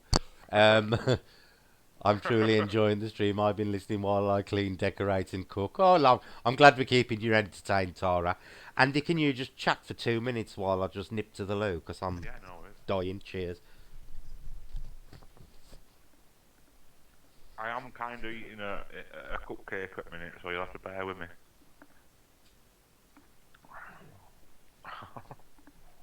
Right, I'm done. What are we on about? Who's talking?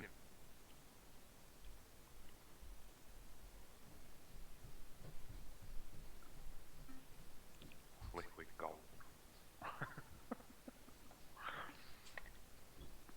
Oh, yeah, so...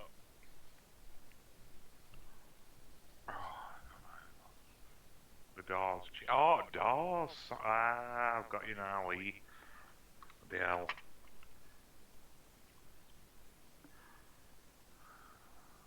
Now we get you.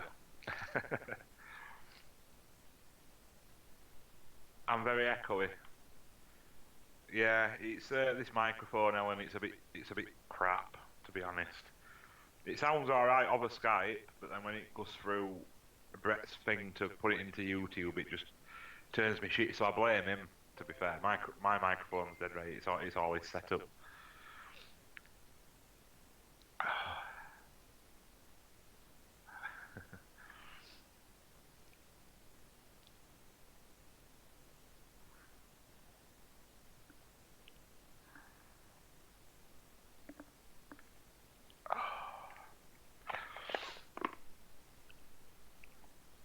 Oh, I'm just rolling a cigarette, everybody. Sorry. Where have I got? Oh.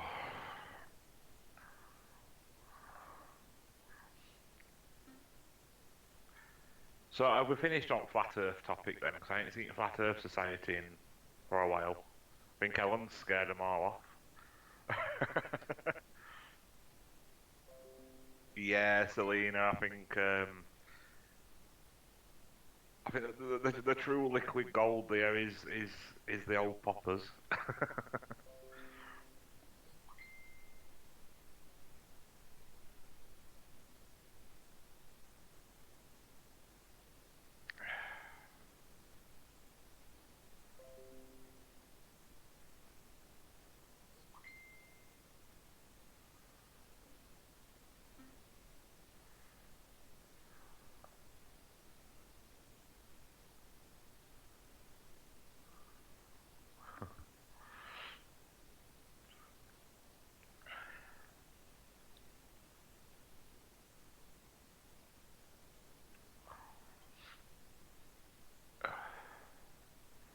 Bloody hell, this is a big P from Brett, isn't it?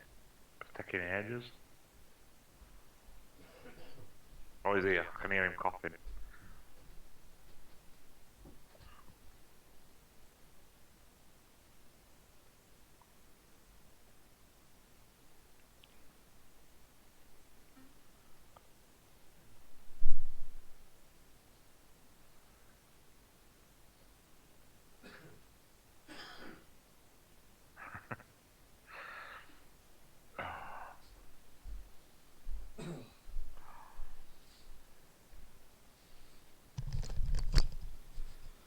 Sorry about that. Kaya decided to want it out as well. Oh, I was going to say, what world record longest P, that one. Oh, right.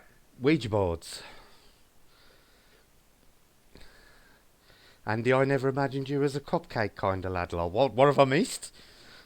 No, some of them cupcakes, Rose bought us all. Becky bagged them and fetched them home, so I've just eaten one. All right. But when the sweet tooth strikes, you've got to have a little bit of something, haven't you? You certainly have. So what's your opinion on Ouija boards then, Andy?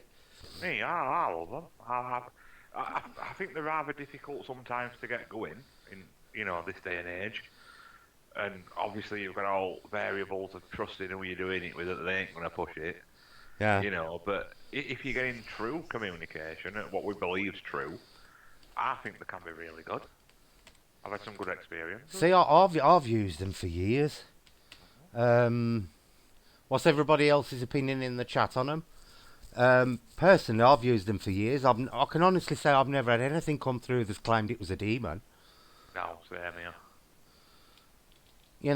I have had a couple of negative experiences on them, But there again, I've had negative experiences on the spirit box.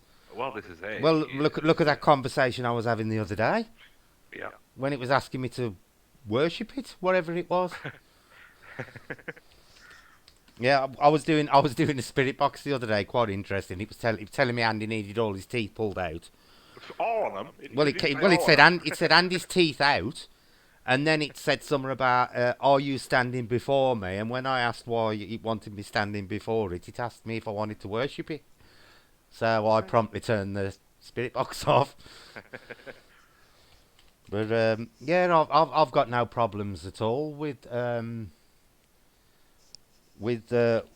Ouija boards. And notice I say Ouija and not Ouija. That is one of my biggest bugbears is when people go Ouija board, and it's like there's no I on the end of Ouija board. You know what mine is? Go on. They go, a Ouija. Yeah. A Ouija board. And Yeah. it's like, what? What are you saying? Yeah. But the problem with the Ouija board is, again, it's another Christian thing. They have been twisted round to be associated with the devil, and Hollywood have played the part as well. Oh, no. You know, and TV, giving all people totally the wrong impressions. They are no more dangerous than using a spirit box or any other form of communication.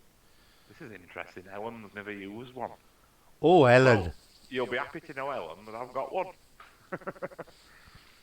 We might have to eat a whirl. My mum told me I'd 100% die if I did. I feel she may have been slightly misguided. She was very misguided on that subject, Ellen.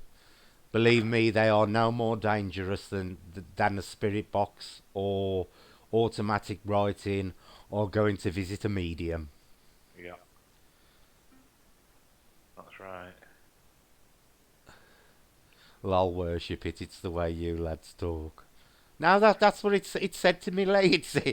The spirit box actually asked me the question, "Are you standing before me?" Which I found a little odd. So I said, "Why do you want me to stand before you?" And straight away the word out the spirit box was worship. So I turned the box off and told Andy I've turned the box off. It's gone far enough now. And my response to Brett was, why didn't you bend the knee? It was, yeah, and then chicken in big letters. Oh, yeah, chicken. But my argument was it hadn't identified itself. You know, had it have said what it was, I might have considered it. But, you know, it didn't identify itself, and it wanted to pull Andy's teeth out and me to worship it, so that was the end of the discussion. If I die, you'll have to explain to my mum now. That's okay. We'll just tell your mum you've gone to Disney on a long holiday. Yeah, definitely. We can lie. No problem. Yeah? Has gone to see Mickey and all the other strange little animals. They've just all got horns and pitchforks. But no, the modern day perception of Ouija boards is totally off kilter. It's become so over dramatized, it's Yeah. unbelievable. Yeah. You know, I even see it in like pagan and Wiccan groups where they're telling people not to use them, and it's like, hold up a minute, you should know better. You know. Selena's made a good point there. There's more chance of a bad experience on YouTube than the Ouija board. Oh yes. that never a truer statement said. Very true. We'll have to do it one of the nights. Well, one of the days, Andy. We'll get together and do a Ouija board live stream. Yeah, I'm up for that, definitely. Yeah, and show people that we don't grow horns or suddenly get snatched away or anything. Yeah. In my teens, me and one of my mates done it, and it said the devil. When I asked to spell out, that's a common thing, Lee, but 9 times out of 10, that's to do with somebody actually pushing it, whether they realise they're doing it or not. Yeah. You know, what's Becky put? We will get you on board or on the box, and you can tell her yourself. Yeah, we'll just lie and say you've gone to Disney. Yeah, that's a common thing, Lee. You'll probably find your mate was pushing it even if you don't realise it, or you might have been doing it yourself. We ended up in the vicar's house. He said, if the devil wants you, he'll get you. Well, that was comforting words, but honest. See, this is the thing. If you believe in that kind of thing and you read the Bible, you know, you don't need a Ouija board for him to get you. Well, exactly. If he wants you, he'll come for you, sort of thing. But luckily, I don't believe in him anyway, so I don't believe I'm going to get possessed through the Ouija board by a mythical, um, totally fictional character. You know, it's like saying that the Mad Hatter's going to jump out and get me. Don't believe in him either. Well, even though you've been invited to tea parties with fair. Well, yeah, but well, mind you, they might be the Mad Hatters. Exactly. Oh, I could just imagine taking Jay to a tea party with the fairies. Oh, it'd be funny, wouldn't it? Be dead good, that. Yeah, because he wouldn't listen to half. We'd get back and I'd say, "What did you think of that, Jason?" He wouldn't remember half of what they'd said to him.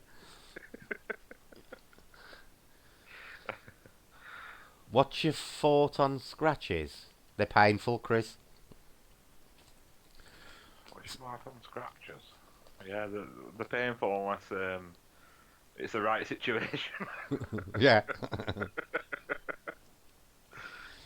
Depends if there's handcuffs and chains involved. Yeah, exactly. You mean scratches as in people claiming they've been scratched? I do believe it's possible in some circumstances. I don't believe it's possible in 99.9% of YouTube videos. And that's all I'll say on the matter. Andy? Yes, I can say that, some at fair do it, when angered. It's just a retaliation thing. Yeah. In our research, but it's just said there about like 3 marks, 2 marks. How they all mean? I don't think there's any meaning to number of, Yeah. The party with the fairies, Selena. Me, Jace, Andy, Becky, and Ellen did an investigation week before last, wasn't it, Andy? Or was it last yeah. week? I've lost track of time. And Week before last, I think. yeah. And on the spirit box me and Jason did, we were actually invited to tea with a wisp and a sprite, who basically told us it wasn't far away and we could walk there. It was quite an interesting spirit box. Very interesting. But it's on the channel if you want to watch it later. But you can. It's only a short video. It's only 15 minutes. But you can actually hear it on the spirit box where they ask us if we want. First they ask us if we want to come, and then I ask them want to come where, and they said to tea, and then they started talking about wisps and sprites. Then they said it wasn't far and we could walk there. I watched GA last night. A family claimed she and her kid kept getting scratched. It was defo and hoax. It's one of the most common things to generate drama in the paranormal. Is claim you've been scratched. I think very very few people actually do get scratched. I do believe it can happen, but not to the extent that YouTube claims it does. Yeah, this is it. Yeah, it was the day of the Robin, Selena. It was during that spirit box session when we got the Robin there with us. You get invited to go to their whatever, but we never do. What's all that about? If we'd have been going, I'd have met you. You'd have been coming with us. I tell you that straight. I was going to disappear on my own. Yes, there's a very very clear point at 9 minutes. Is it 9 minutes 14 seconds into the video where they say some really growly voice says gravy. So obviously Satan was talking to me about gravy. Because it was growly gravelly voice. It was obviously a demon. Oh, a Desmond. Yeah, a Desmond. Most definitely. But they mentioned gravy, which was quite funny. Yeah, definitely. But they wanted to gravy poison me at the petite party. Can you imagine? Yeah, it might have been one of them classic things. You see them pouring tea and it all looks right nice. You take a sip, it's just pure gravy. Yeah. And then they lift the glamour, and you've been munching on rotten meat and maggots. Yeah. Because they'd probably do something sick like that just for the laugh. Just all sit there laughing at you. Yeah. Just glamour a nice big feast up, and then you don't realise I'm sitting there eating all rotten stuff. They said gravy as well. They wanted to coffee poison you. They did. They did, Becky. There's somebody here that wants to coffee poison me, and I've got a funny feeling it's a brownie. But I've been nice to him, so I don't know why. I honestly think it was done out of, for a joke. Yeah, Because definitely. literally we were talking about it the night before, that nothing ever happened to me in the kitchen. It was always Jason. And then literally the very next morning I get poisoned with gravy in the kitchen. And he'd had the gravy rolled at him the night before. That was why we were talking about it in the first place. But, yeah. And I'd forgot about that coffee in the fridge thing. It was months ago. Really? Yeah. I didn't realise that was an hint to feed 'em. Honestly, the fire obsessed with coffee and gravy. The bottom pots, aren't they? On investigations, I've never heard a ghost burp or fart. Can't say I have either, to be honest with you. Have you? No. You've never heard one of the Fae drop one or anything? No. Never. I've had funny smells on investigations, and I've had nice smells on investigations, so, whether that was somebody farting, I do not know. I did do one once where we got this really horrible smell a lot. Roadkill, when like Oh yeah. an hedgehog's been run over, and after a few days it gets that really sickly smell. Oh yeah. Yeah. I've had Yeah. I that know on what an it's like. investigation, but I don't think I've ever had sulphur. Because sulphur's a bad sign, but not for the reason most people think it is. Yeah. Yeah. I've had it a couple of times. That. I've got to be honest, I've never had sulphur. A gravy roll, is that a sexual move? No, it was literally literal. I didn't feel the scratch until it was burning. Jason's been scratched a couple of times, and Is it? and accused me of doing it. Like I've got nothing better to do than scratch him. Plus, plus the fact I bite my nails, so got nothing to scratch him with. Yeah, a couple of times he's been scratched and swore blind. The one time, Andy, it was on his knee, and I'm like, Right. Jace, do you think I'm going to crawl down the bed to scratch you on the knee while you're asleep? Jason like Jason is into the paranormal, but he's very jumpy. Um, Honestly, if anything manifested in front of him, I can honestly say, hand on heart, I do not know how he'd react. Because sometimes he can surprise you, and he can be very solid and down to earth. And then other times he'll freak. If they appear holding a spider, I know what the reaction's going to be. But, I honestly do not know what would happen, because it does frighten him when things happen in the kitchen. He runs in a bit shocked to tell me, but he's never totally freaked out as such. Apart from when we went to Convict's Tunnel and I told him about the poltergeist, and while he was up there I threw a brick for a laugh, and he actually came down the bank that fast he had to catch a tree at the bottom to stop himself flying over the fence. That was funny. That was the only time I've ever seen him really freak, and that was me playing a joke on him. But I can honestly say I don't know how he'd react, Maureen. He'd either be totally calm about it, or he'd totally flip. There'd be no in between with him. It'd be one or the other. Totally flip. He'd flip. Honestly, he'd flip. He'd be like a cartoon, screeching off into the distance, or he'd just stand there and be totally, calm about the entire situation. I think Yeah. it would all depend on the situation. Like I say, if they were swinging a spider, he'd be gone, no Yeah. doubt about it. Or if they came with rats or anything like that, Jace just don't do anything that creeps, crawls, or breathes. Flies. Flies. Well, you should have seen him the night on the convicts bridge with the bloody bat and the bird. He literally nearly went over the edge of the bridge, and Yeah. I had to stop the investigation and move off the bridge Wow. because this bat was flying round him, and then this bird of prey swooped through the bridge, and that was it. He just totally lost it, and he nearly went over the edge of the bridge. Brecky, really, was it a spy? Was it a real spider shadow? It's a good job he didn't see that huge black spider shape I saw last year while in bed. He would have been Becky. He absolutely despises spiders. absolutely despises them. I wondered if it was something from my childhood resurfacing, spiritual or psychological lol. They were my absolute fave chocolate. What was? What have I missed here about chocolate? I saw somebody mention Milky Bars. Oh, I can't stand white chocolate.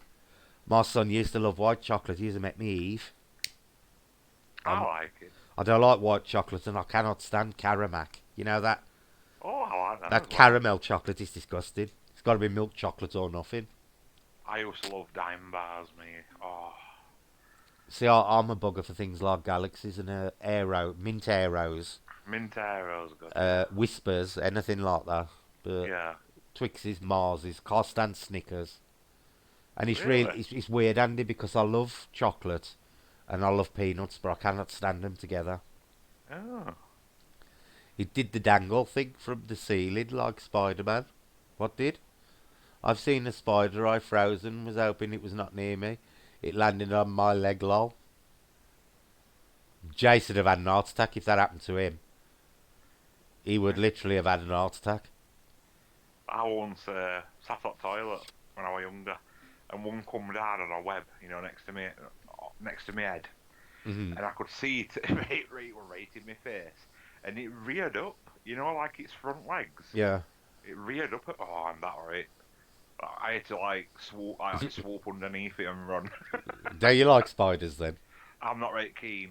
I'm not like mega freaky unless they're right Yeah. about to touch me. I like them, I Alexandra. See, Yeah. I don't like earwigs because I had one fall in my dinner when I was a kid, and it drowned in the gravy, and it totally put me. Oddly enough, it drowned in the gravy. Drowned in the Totally Well, put me off. That's Totally what put could me be off. haunting you then, innit? It might not be a brownie, it might Yeah. be a ghost at the earwig. Goes to the earwig. And I don't like the way they curved the tail up either, with them pincers Yeah. on the end. Well, I had them pincers once, the ones dug into my little finger when I was a kid. I were in a caravan up Scarborough, and it had got on my finger and just pinched in. Won't let go. It were horrible. Yeah. But see, what you got to realise is we don't know when we're out on investigations, we don't know what things are capable of conjuring up.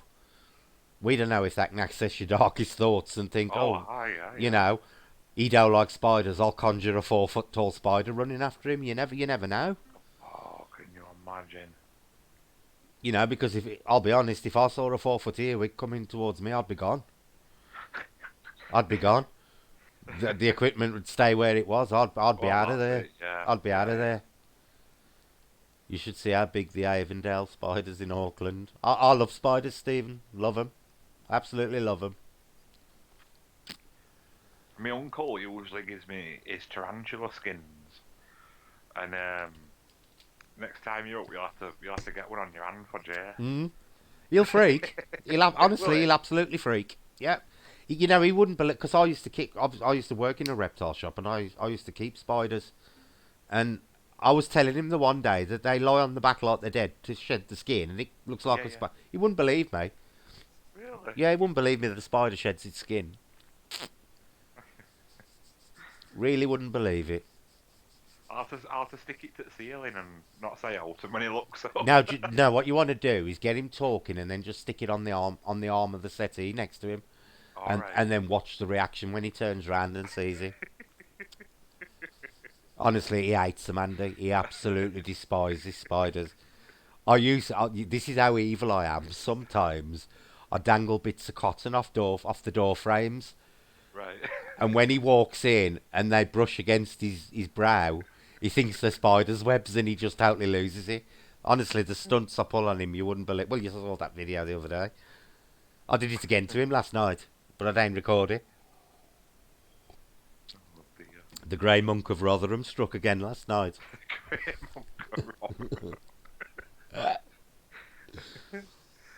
But I can honestly say I don't know how he'd react. I honestly don't know how he'd react.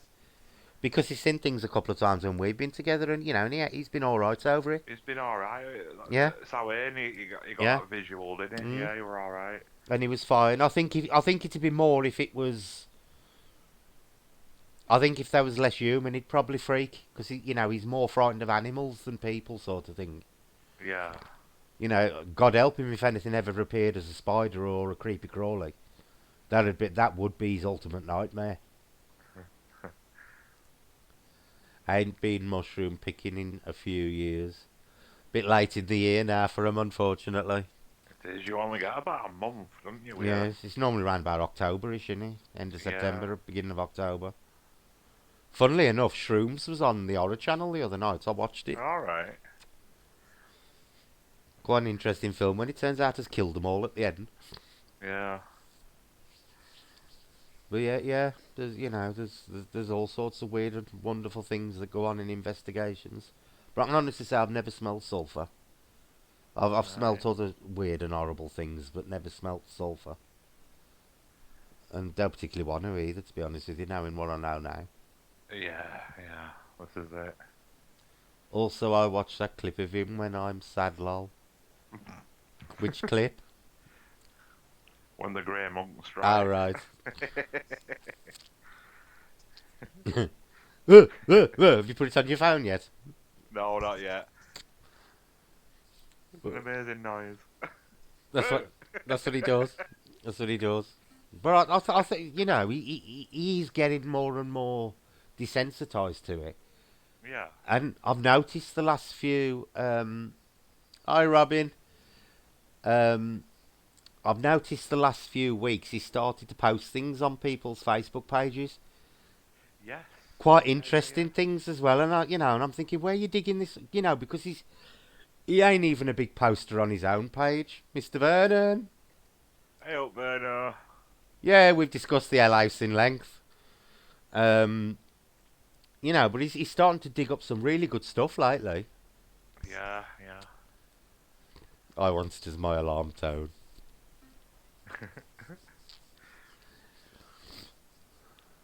I remember in Auckland, a pine tree where I lived had the mushrooms fly agaric.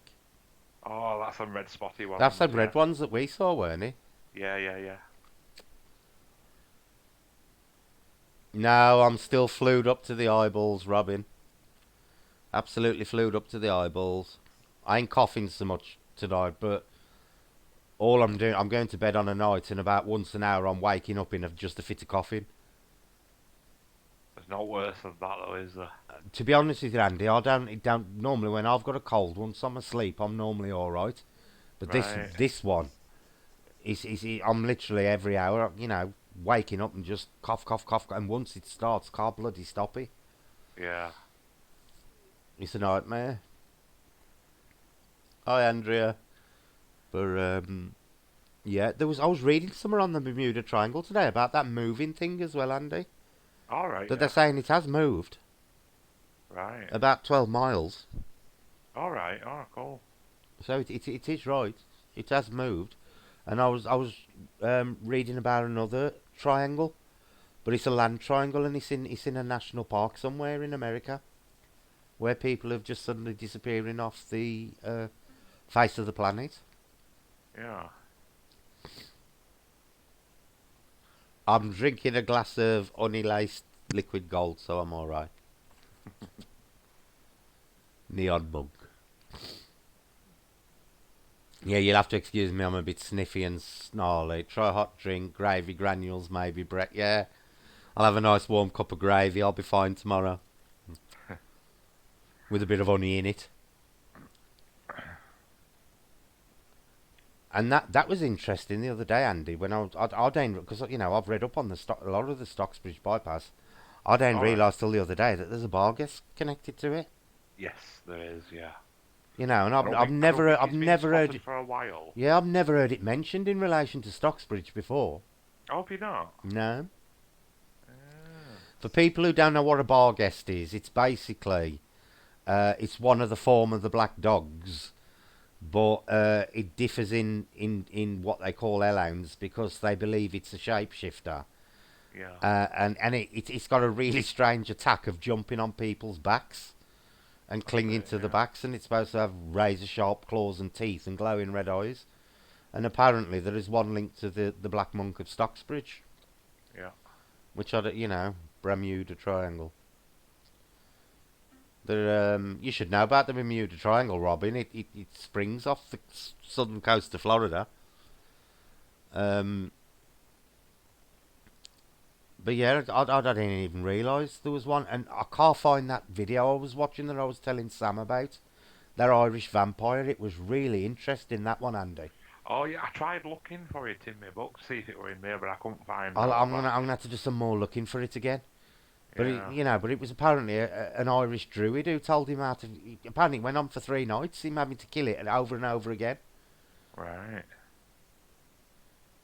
Come and go for it. Don't need permission. If you do, I'm a rude bugger, lol. Go on then, Llama. Let's hear your serious question. Can't wait for this, Andy.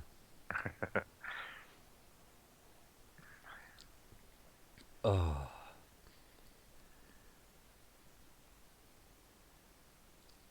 I'm dying to see what Llama's question is. Yeah, same here. If Vernon's still at chat, I'm gonna have a look at the videos you've sent me just after the stream. Can't wait to see. He's taking his time to type his serious question.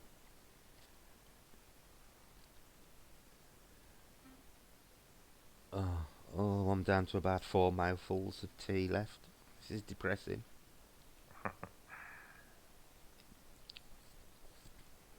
Bermuda Triangle are it from my angle. Men behaving badly, lol.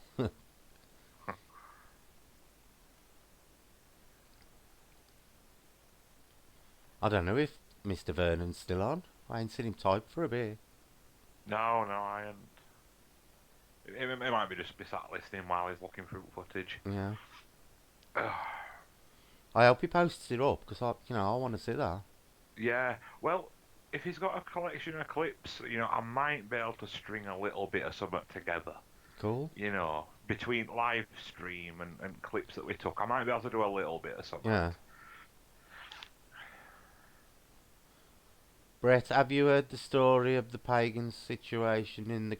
Now everybody keeps going on about this. Something about his mistress doing something. Have you heard about it, Andy? I've heard, yeah. I've heard reference to it, but I don't know what the actual story of it is. I put it down to... Because apparently she were giving him odd stuff to drink and stuff, but she were telling him she were trying to, help him. Mm-hmm. And I've put it down to the public's misunderstanding of that sort of thing. Yeah. And it's been pegged as she's a devil worshipper and she's tried killing him off. And do you know how it would happen? It's like when they find them old jars with nails in it, and Mm-hmm. Don't touch it, it's cursed. And Yeah. it's like, well, no, not really. It's actually there to do the exact opposite. Exactly. It's there to get rid of curses. I think uneducated public opinion has tainted the story a little bit. That's what I'm getting anyway. Well, come on then, Llama. Just spit out what this bloody question is. Hi, Karen. If you watch Armchair Detective streams, you will get the stories. Yeah, I'd heard there was references to paganism regarding his mistress, and she was somehow influencing him. But I ain't looked into it yet. And you don't, like Andy says, you don't know how much of it's just bloody misinformation and misunderstanding. Yeah. Oh, here we go. Last mouthful. Bye, tea. Oh, Becky, that was a beautiful batch. I really enjoyed that. Apparently, an old folk remedy is to place sliced onion on the bottom of your feet. I've heard that, Becky, but my brother-in-law used to eat raw onions, cooking onions, and he used to swear by it that it'd stop colds, and he never had one. I'm partial to a raw onion and cheese sandwich. I love Spanish onion raw, but he used to eat proper cooking onions, Andy, like an apple. All right. He used to make me rich. Question: do you have any thoughts of the following? I am thinking of doing a live debate on the following subjects. Why is there so much drama and trouble in the online community? Right. I would say play it very, very carefully. Hmm. Um, put your points across, but I wouldn't directly reference anybody because there's a very touchy lot in the paranormal community, Yeah. um, and they will wage war against you if you upset them. Yep. As simple as that. As long as you keep it civil, personally, I think it'd be a good discussion. But you've just gotta be very careful how you conduct it, and it's gonna have to be very well moderated. And by well moderated, I don't mean dictated. I mean just well moderated. Yeah. It is a subject that needs broaching.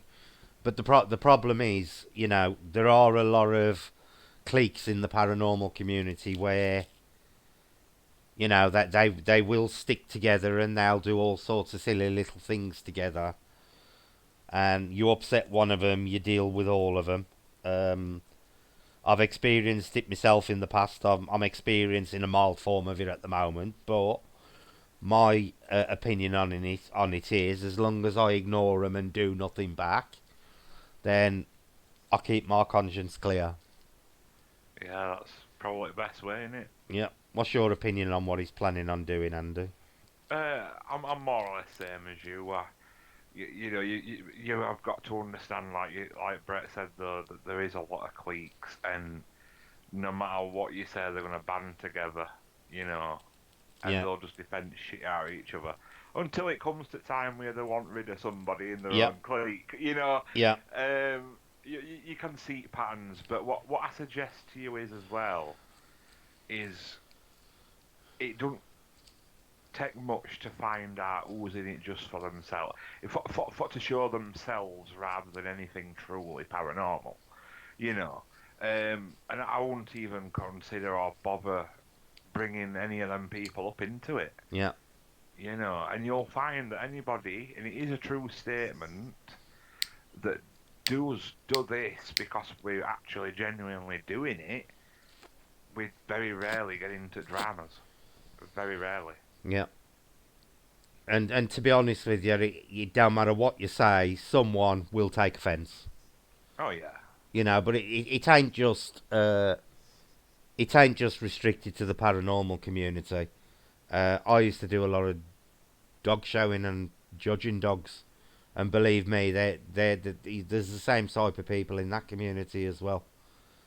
I think you get them in any community. It's just that 2019 for the paranormal community, personally, I think's been a bad one. Yeah. In terms of things that have been going on. Yeah, and the thing is, Ellen, that there don't need to be this competition and stuff going on. People can do their own thing and find their own little niche in it, and just that's what I do with my streams. I've got my own little things I like to do, and if you know, and I don't always expect people to agree with me. I'll quite happily argue with some twat over their ill-informed opinion. But no, no, all joking apart, I'll debate some happily with anything with people. I may not necessarily agree with them. You know, I used to have some famous disagreements over aliens with certain people. But I Yeah. never held it against them. This is it. Yeah, it definitely is worth Maureen. Drama on a cosmological level. That's exactly what it is, Chris. But it don't matter what you say and what you do. You will always upset somebody because it's especially in something like the paranormal. You're dealing with people's belief systems, so you will always upset somebody, no matter what you do. Elemental encounters, you are right. We are really doing it, and when you do, someone will take offence. You keep doing you. What others say. Good people will know who you are and stick with it. It's called respect. That's exactly right, Robin. Yeah. It is. Because Andy could have bowed to all the pressure over the Fae, and just Oh, gone back to claiming everything was spirits. But I actually got told by some bigger teams to get your views back up, go back to ghost hunting, even though it wasn't my thing. yeah, And I was like, no, I'd rather quit. yeah, I said I'd rather quit than worry about all like that. You know what I mean? yeah. See, it's like I said. I love this. I love my channel. I do love my channel, but my channel isn't my driving force for the paranormal. I've had my interest in the paranormal decades before I've had my channel. This is just an outlet for me for an hobby. And, it's why I don't chase likes and subs and everything. If people sub and like, thanks. But, I don't force them to. And the problem starts with a lot of channels is when the crossover comes. It's partly financial and it's partly channel-wise, I think, Andy. I don't know what you think. But they reach a point where the money in the channel becomes more important than the belief systems do. Yeah, this is it. And this, Popularity as well, you know, innit? I'd rather stop a small channel with an happy little community than a massive channel who's got to be trying to think up stupid ideas to keep the masses happy and Exactly. not enjoy what is my hobby. I love all paranormal. I love to hear others' experiences and beliefs. Robin, I've learned. Oops, Freudian slip bollocks. Okay. Um, I've learnt loads of new things off people on YouTube. Stuff I've never even looked into before, and somebody's mentioned some. I wouldn't have got into the fave if it hadn't been for Andy. There's your prime example. I mean, in the paranormal, yes, but you're right. I hate when real para channels who were real then become fake and call it real. Yeah, they just seem to hit the point where the channel becomes more important than the paranormal does. They really do. And I'd rather stop a small happy channel than a massive miserable one. Because I think when it gets to the point where you're spending more time managing your channel than you are enjoying your hobby, then it's a time to ease back on it. I don't know what your opinions on it are, Andy. No, no, I agree. I mean, I think a lot of the miss point of it that what it should be about having a channel is just somewhere for you to collect, like to store all your Yeah, stuff in it. And I think they miss that point a lot on them, and it becomes like, oh, it's the popularity of me, yeah, people like me, yeah, and once that sets in their heads and they see that bit of revenue, and I'm talking a bit of revenue, yeah, it's pathetically small, right? And it just takes over them. It just takes over them, yeah, and they do have to clutch at stuff. yeah, These silly kiddie challenges and riding an elevator at night for like 4 floors to see if you go into another dimension. When has that ever happened to anybody ever? As soon as yeah, I see out like that on a channel, I'm like, yeah, I'm not bothering with yeah. I'm the this. same. And And don't get me wrong, and I can spin that round as well. And if somebody's done that in past but grown out in it, yeah, and have grown a decent grounded set of feet and started taking things seriously, good on them. Good on them. But yeah, you've just got to look at it. You've got to summarize it, generalize it, and just know you really have it. It's silly. yeah. Lama says, "Is there something peculiar about people interested in the paranormal?" I wouldn't say peculiar, but I do think you've got to, for a start off, you've got to be somebody who's open-minded, without a doubt. Yeah. You've got to be open-minded, and you've also got to have a natural curiosity, and you've also got to have that drive to want to learn things. So I wouldn't say you've got to be peculiar, but I do think you've got to have a certain type of trait combination in your personality for you to really appreciate the paranormal for what it is. No worries, Sam. I That's hope Sam. perfectly fine. You all right? Um, yeah, I don't think you've necessarily got it. Being mad helps in the paranormal, but I don't think it's a requirement. But I do think you do have to have a certain certain types of character traits for you to really get in on it. The sticky note challenge. Has anyone watched D.D. David's Ghost Cams? Full house rigged up with cams 24 hours, 365 days of the year. See, the only problem I've got with that, Selena, is I think places should be allowed to rest. You Yeah, I know, agree. because if it is energy based, and you're constantly, pulling on that energy, you're going to drain it at some point, or at least wind it down a bit. What's your opinion on that, Andy? Oh no, I agree with that. You've got to. It's natural order to, for it to rest. It goes back to the balance thing. You know, if you're taking a bit, let it rest. Yeah, Eat some time to recharge. I yeah, agree with that. yeah. I really do. I think you don't do any place, and this is why I think nothing ever happens at East Drive for the ones who go looking for that sort of thing, and I Yeah, think that's why, because it's just been flattened it has. on an energy level. Maureen's put, I don't think so, Llama. Most of the paranormal channels I go on are interested. The only channels I've been on with drama are not discussing anything specific. And I think you've hit the nail on the head there, Maureen, because there's a lot of channels out there with paranormal in the title Hmm. who don't actually ever touch on the paranormal itself. They'd just rather argue about what various paranormal channels are doing. That's right. They're discussion channels, they're not paranormal channels. They've got no interest in the paranormal at all. None whatsoever. They're basically just I'll call them general chat channels Yeah, yeah. who focus on paranormal channels. No, I didn't mean they are peculiar. You misunderstood. Oh, right. Jesus, 10 years of constant recording his house. Wow, that's a long time.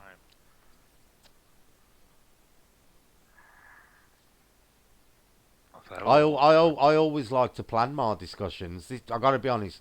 This literally was done last minute because, you know, I was sitting at home bored. Andy was sitting at home bored. And what had happened with Andy last night? And I said, oh, we'll go on and let people know you're still alive, That's it. jokingly. And then, Yeah, we came on. But we discussed the paranormal. yeah, yeah. I And was quite a down fair in my few crystal. topics. The lady in the shop told me to put a sample of the tree element in or on the box. Oh, three element. What three elements? There's four. Well, there's actually five elements, Sam, but most people only reference four of them. Hello, Brett and Andrew. Andy, yeah, I was down in the crystal show to get stuff for my spirit box. The lady in the shop told me to put a sample of the three elements on the box. Ah. Technically, she should have told you to put four on. Yeah, technically. Because if you miss one of the elements, you create an imbalance. And And you know I'm what gonna was probably I missed off there is fire. Did they miss fire off, Sam? and I'm gonna comment that Iceland's £1 pizzas have shrunk in size. That's disgustingly.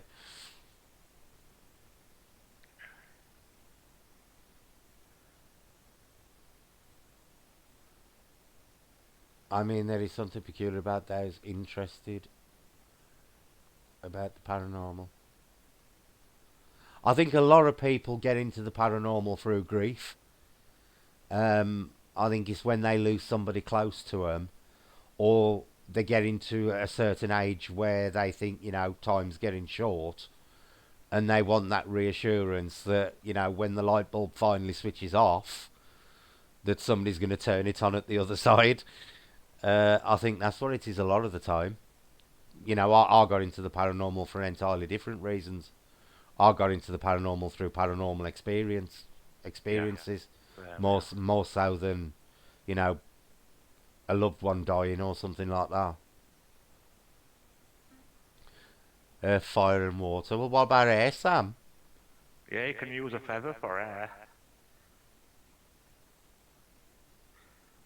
I'll just wave it under some incense or something. You could even just use crystals, the colours of the elements that Yeah, that's what I've got represents on the my box. elements. Yeah. So, but basically, Sam, you need a green one for earth, A yellow one for air or a clear one, depending on which colour you believe is. Or white as well. You can use Yeah, white. but I always consider air as yellow.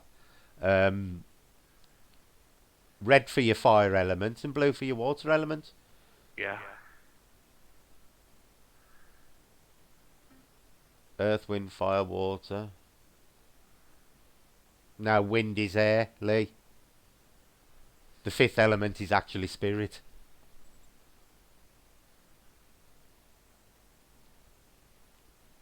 Do you breathe wind, Chris? Yeah, it's earth, air, fire, water, and spirit are the five, but most people just reference the air, earth, fire, and water. And a lot of pagans don't even reference spirit. Some do, some don't. But it is actually the fifth element on the pentagram. It is. I've done, don't recommend it though. Yeah, I believe that, Sam. I do believe that grief does bring a lot of people into the paranormal. But I have a ward crystal for an handle.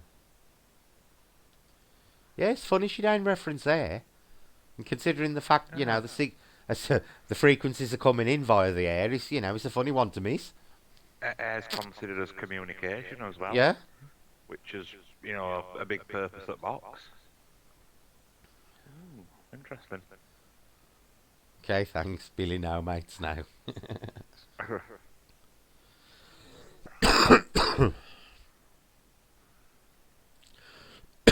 4 is square, 5 is pentagram, 4 would be for Buddhism. I've got to be honest, there's a lot of Buddhism I've never gone into.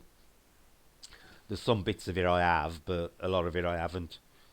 One of my mates, Nick, is right big on it. He's right into it, like doing Buddhist meditations and trying to float off into, other spheres and stuff Well, like that.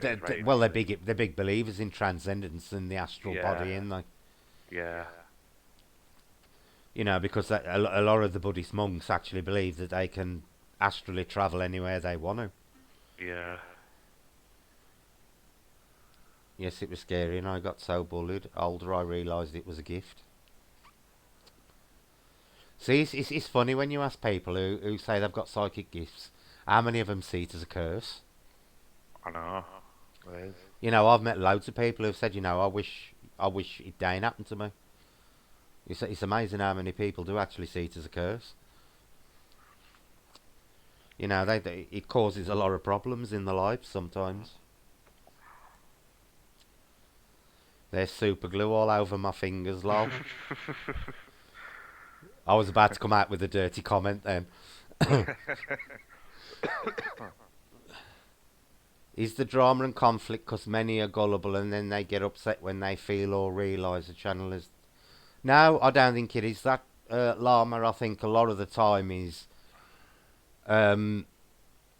people just get attached to certain channels and they will... And it ain't just paranormal. It's like people who like certain computer games or they like certain films or certain actors. They just simply will not refuse a bad word said against their hero. And some of these people do worship YouTubers as like heroes. Oh yeah, definitely.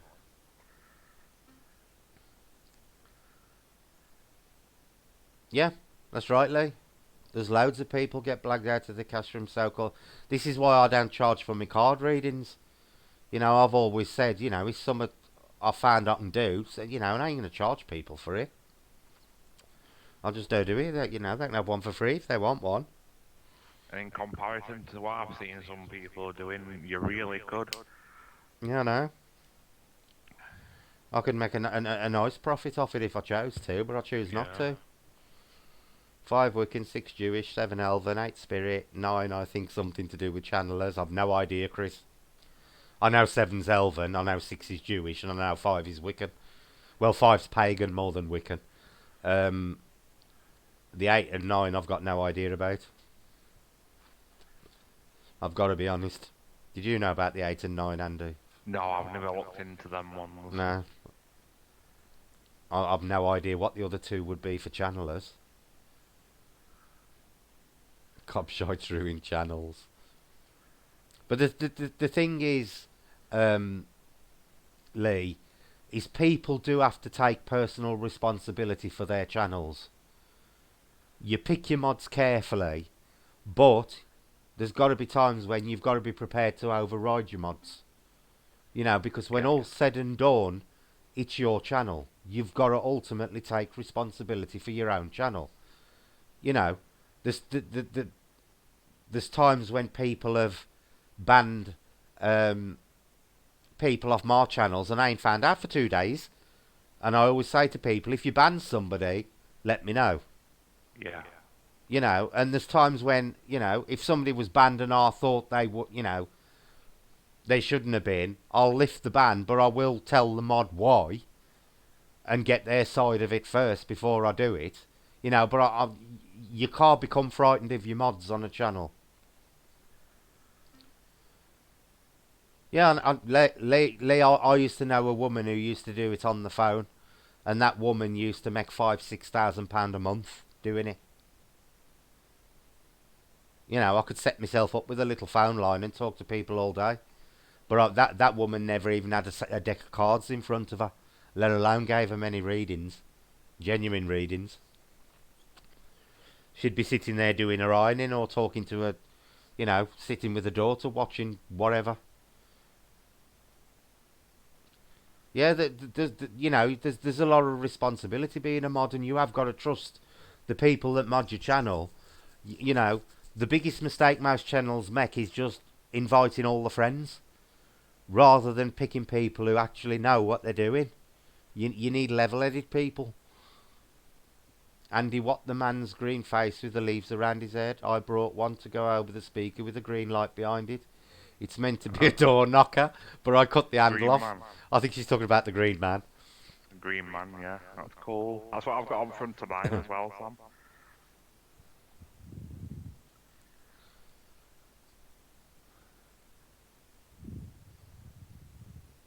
Selena, it's amazing how many people get upset over being a mod or not being a mod. You wouldn't believe the hassle it's caused me recently, or Andy. And me. You know, so Yeah. it's ridiculous. So I'm just reading the chat. You do have to pick the mod you trust, Robin. You know, I always sit here and let Becky do mine because I don't even bother looking because I know Becky's got her head screwed on. I'll just let her get on with it. Anyone get a broken radio? We all use broken radios, don't we, Andy? We do. And we stand by them. Yeah. And For we've now, actually anyway. and we've broke them ourselves 90% of the time. Yeah. It's summer I ain't going into, Robin. As far as I'm concerned, it's over and done with, and no longer of concern to me. And I think Andy's of the same opinion as well. Oh, definitely. You know, it's just typical YouTube. Yeah, but that green man on your speaker, Sam, he's got a number of names, hasn't he? Jack of the Wilds and all sorts of things. Oh, yeah. It's like big in pagan traditions, isn't it? That Yeah. you'd have Ollie King and like squaring off with Oak King, and usually your green men will be either Ollie based or Oak based in design. hmm you'll also find, Sam, if you go to a lot of older churches, and I mean I'm talking like early AD churches, you'll find his image is hidden all over Oh yeah. the churches because the pagan stonemasons carved them into the churches so they could carry on doing their pagan worship in the places that the Christians had plonked their churches.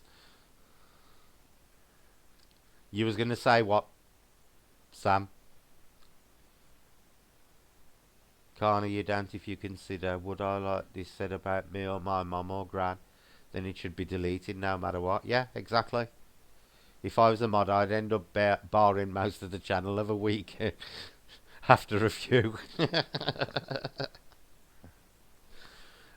And that's one thing I always say to people, please don't come on my channel drunk. Because one, you know, all your inhibitions go out of the window. Two, a lot of people true self comes out. And as far as drink's concerned, a lot of people tend to get more aggressive on the drink and then say things they later regret. And that's why, I'd rather not people be peed on my channel. Yeah, and that was what they were there for, Sam. It's because the Christian churches the Christians plonk their churches down on pagan worship sites. So the pagans, to carry on doing their worship, actually hid the pagan symbols within the stonework of the churches. Can I make a constructive comment to Andy? I made it once on his live, but it was taken the wrong way. Your call, Andy. If this is about the guitar amp speaker, it's absolutely fine. There you go then, Karma. It works as it should. It's just amplifying noise. You know, we can quite clearly hear what's coming through it. Let's see what comment he's got then.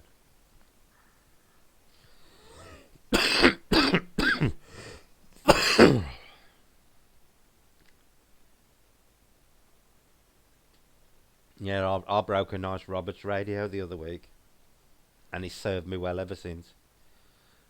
Andy, how did Invest go last night when you turned live off? Do you want to answer that for ETA? ETA, it was going pretty well, and we had all intentions on doing a lot more today, but I've got a semi-serious medical condition that, so, I've got to go to A&E and get it sorted out, and I ended up at A&E in Middlesbrough at 3 o'clock this morning, while 5:30. So I didn't get any sleep. I was absolutely knackered, so we had to come home, unfortunately. And we've only got dregs of investigation. Yeah, this is one of the reasons why we did this tonight, ETA. So people would know Andy was okay, because technically he should have still been at Elle's house today. Yeah. It was meant to be a 2-day investigation. There was going to be a big video done off the back of it, but obviously, because he was ill, he couldn't. I'm never aggressive. I'm a sop after a few. Only thing I do is ask for Slink's number, lol. Poor Selena. If it's not intended for that usage. I broke one last night too, Brett, lol. I broke it so well. Well done, Tracy. Glad you did.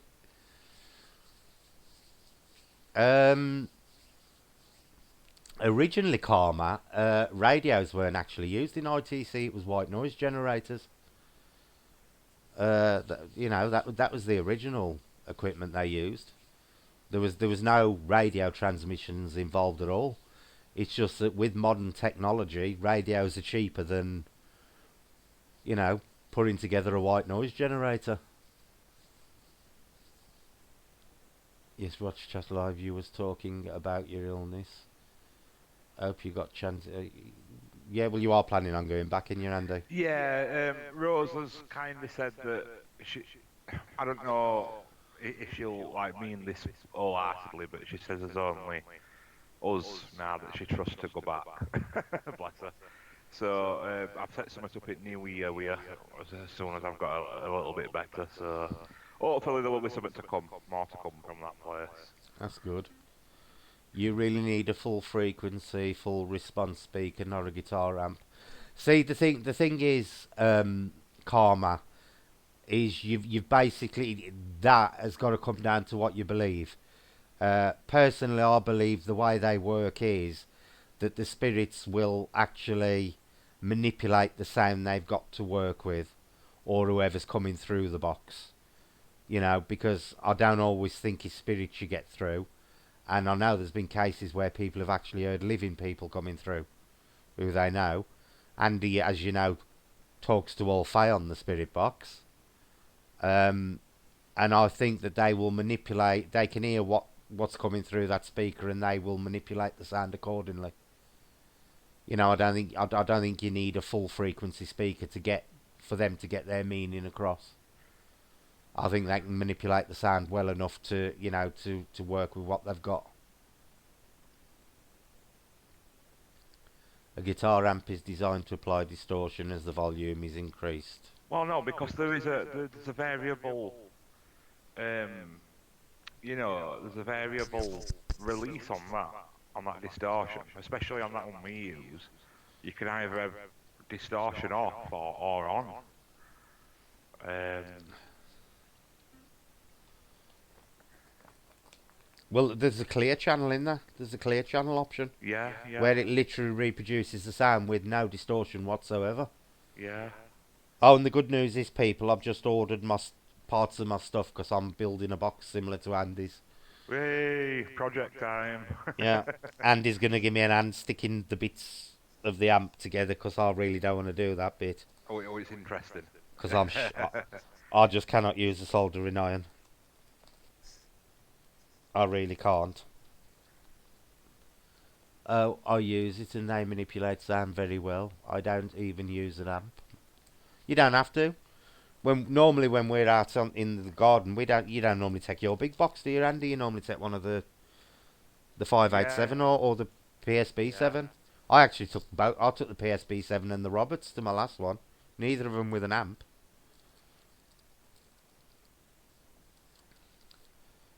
How thick is that box from the works, Andy? Because I want to engrave it rather than draw, because I'm very good at drawing. The front and the back panels are quite thin, Mm-hmm. but all sides, top and bottom, are quite thick.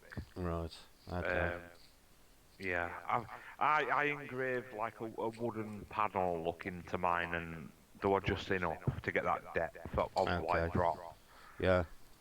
Because the other thing I was thinking of doing was wood burning it. Oh yeah, yeah. Well, I'm about to buy one of them things, that you've got that steady Dremel. Yeah. I've seen a full kit, and I'm going to invest in one. Mm-hmm. 'Cause I loved it. Them brilliant. Yeah. Absolutely brilliant. Yes, people have been using single frequency SW bands for years with no human voices. Yeah. The thing is, Sam, when with the original, and people seem to think that ITC started with the Franks box, and it was way before the Franks box. And it literally was pure white noise they were working with. And this is why, it gets me a little bit when people go, oh, I can't stand the PSB 7 because it's got all false white noise on it. The thing is that I've actually had voices come through in the white noise. And that's because I believe they use whatever sound they've got to work with to manipulate the sound they want. Yeah. That's what I've been meaning to ask. Has anyone tried using a CB radio, a real one with all the bands on it? The only problem with using a CB radio, Lee, is people basically do nothing but talk on a CB radio. You don't tend, it's fixed channels more so than skipping through the frequencies. They're fixed frequencies, so you got a chance of always catching a voice on every one of them. What's your opinion on that, Andy? Using a CB radio? I won't know. Yeah, 'cause I used to be a big CBer in my time. did you? Mm. I know a guy next door to me. He's got one. He likes them, like, but I don't know. I don't think I'd have even considered using one personally. See, the thing is that they literally do step up through set frequencies, Yeah. and you got to constantly, you're going to be constantly having that chance of hitting somebody talking on every single one, Yeah. and it's going to be constant bleed over. Did you see Sam's video on a new radio where it's converted a manual tune into a variable? No, I don't know. I mean, if that's that box is on about where it's just decorated now. Oh, is it? It's Right, an I'll old, have it's to an have a old look at that. wooden manual radio, and she's converted it with a servo into a Oh, I saw a cover photo earlier. yeah. Yeah, I saw. Yeah, 'cause it looks quite nice. Yeah, Selena, and because the police is after me. I did actually get myself in trouble with my CB radio because I had a Cobra 148 with what they call a burner. And basically, I used to key up and everybody's telly in the street used to get knocked out. So I had to be very, I could only use the Cobra in the car. We used to go to Clee Hills and that a lot. to broadcast on me what's it? But I'd got a base station at home as well. But it was highly illegal, the one I'd got at the time, because it was AM, FM, and all the sidebands. Plus, I'd got the burner for the range, and I'd key up, and everybody'd lose the TV picture. So I could only use it like late at night. Yeah. Yeah, you need to look for it and clean it up. And there, our spirit talking. You can use any noises you write. See, the thing is, Robin, I don't clean up my audio. The only thing I will do is occasionally stick it in Audible and amplify it, and that doesn't actually change what's coming through. It just amplifies the frequency, and that's only if someone's really quiet, like I did with that whisper the other day. Yeah. Andy, so you could hear it clearer. But I never actually clean up audio in any way, shape, or form. And I've got no problem with people using reverb and echo as long as it's, you know, done within reason. I think there's nothing worse than hearing a spirit box where one word goes on for 10 seconds. My mother hated my CB mast outside the house. See, it was my dad I thought would object, but he actually agreed to me putting it on because I used to have a big tri-aerial on the roof. But my dad actually put it up for me. I was quite surprised. He was a bit house proud, my dad. There's a lot of old CBs on here, Andy. Can't believe you never got into it. No, I think it was just a bit before my time. Yeah. See, we used to use either Channel 8 or Channel 19. Channel 9 or Channel 19. You used to go 19 a copy. Or Security X, if you were going long distance. Right. 2.5 for a copy. Eyeball. Eyeball. I met a lot of good friends through the CB radio, and we used to run a CB club and stuff. We used to meet people from all over the country. I think one of our cats thinks he's a parrot sitting on my shoulder. My Sheba does that sometimes, curls round my neck. Yeah, the only problem I've got with cleaning up sound, Robin, is you leave yourself open to be accused of tampering with sound files, and that's why I tend to leave mine clear. And it's like and Andy's the same. Without the jump cuts in the videos and stuff like that, it's just start to finish. Sam's another one who'll do it. You know, Sam will just run from start to finish with no breaks in it. All the time I'll ever cut a spirit box if something drastically stupid happens. Yeah. You know, like if somebody dropped a massive fart. Yeah. I didn't want it there. Obviously, you get your cuts where if you're moving location or stuff like that. Yeah.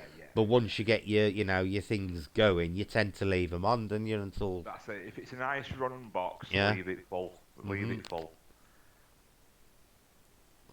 Oh, Llama's doing a ghost hunting song. Karen says it's where she met her ex-husband. I actually met my son's mother off the CB, believe it or not. Really? Yeah. Wow. I met Jay's mum off the CB. I was Ratty and she was Garfield.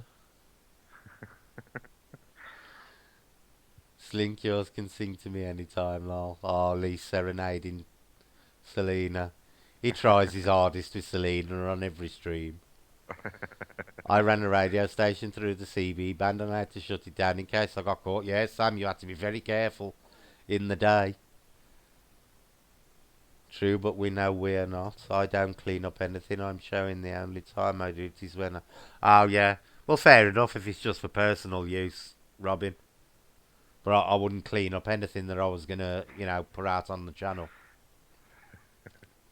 Sam says she leaves in the farts. She does. She does. There's actually videos on Sam's channel where you can hear her farting, and then somebody comments on it, and it goes, I was hoping you didn't hear that. That's brilliant. My other handle was Sexy Lee from By the Sea. Sexy Lee from By the Sea.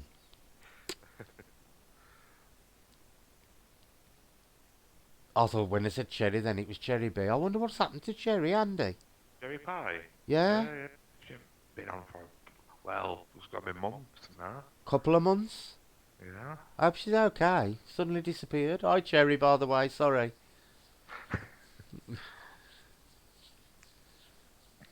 Sexy Lee from By the Sea.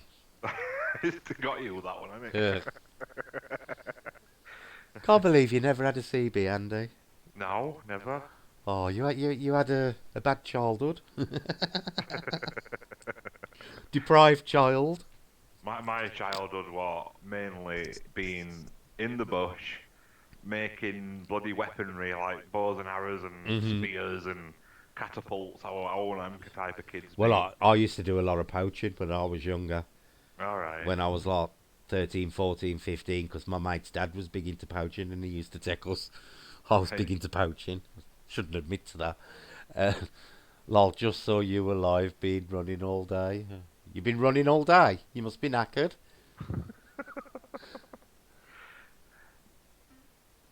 No, I know nothing of haunted sex toys whatsoever.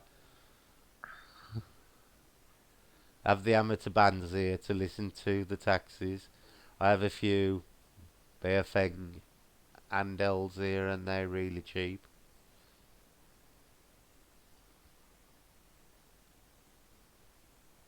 I do it a lot live too, so they can see exactly what I do too. Well, as long as you're showing them what you know, the start and finish, Robin, that should be okay. You know, but it ain't something I'd do.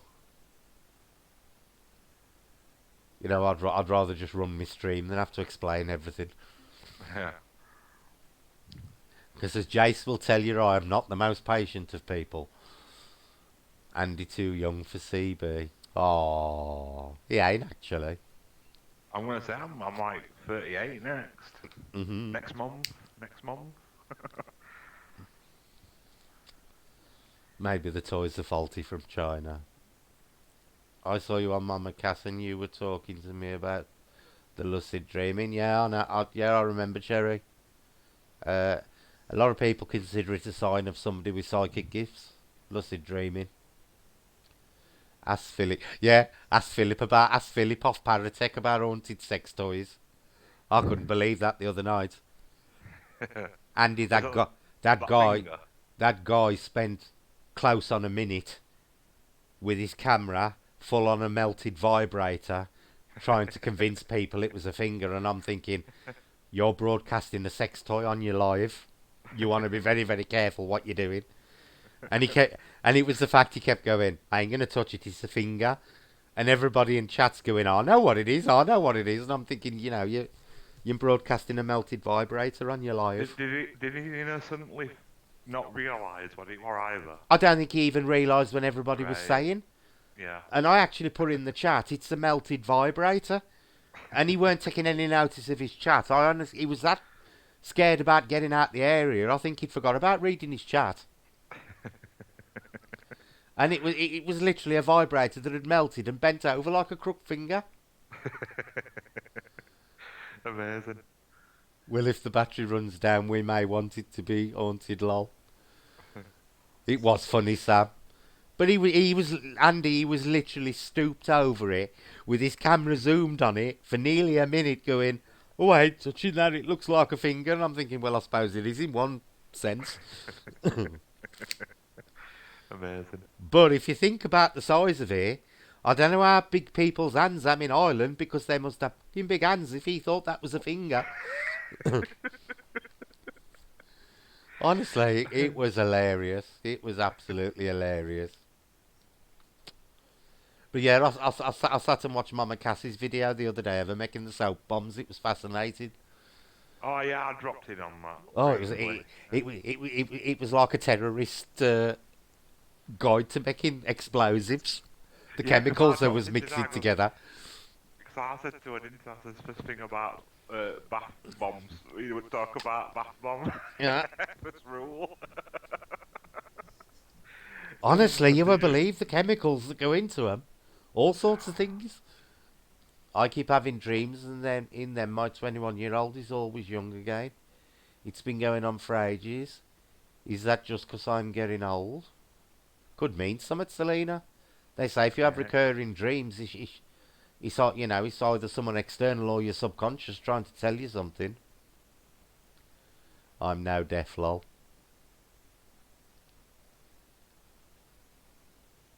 I'll tell you something, Becky's going to have to be careful because the way Maureen's going on this channel every week is going to be rapidly taking over, Becky.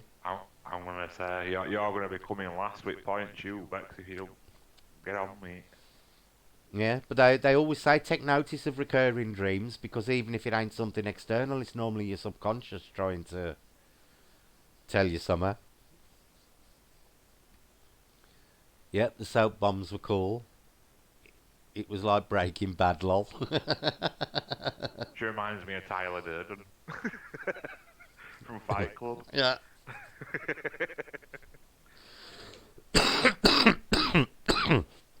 It was like, what's it? Trash Can Man off the stand.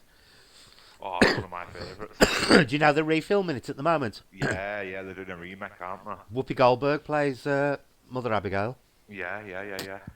I'm really looking forward to seeing that.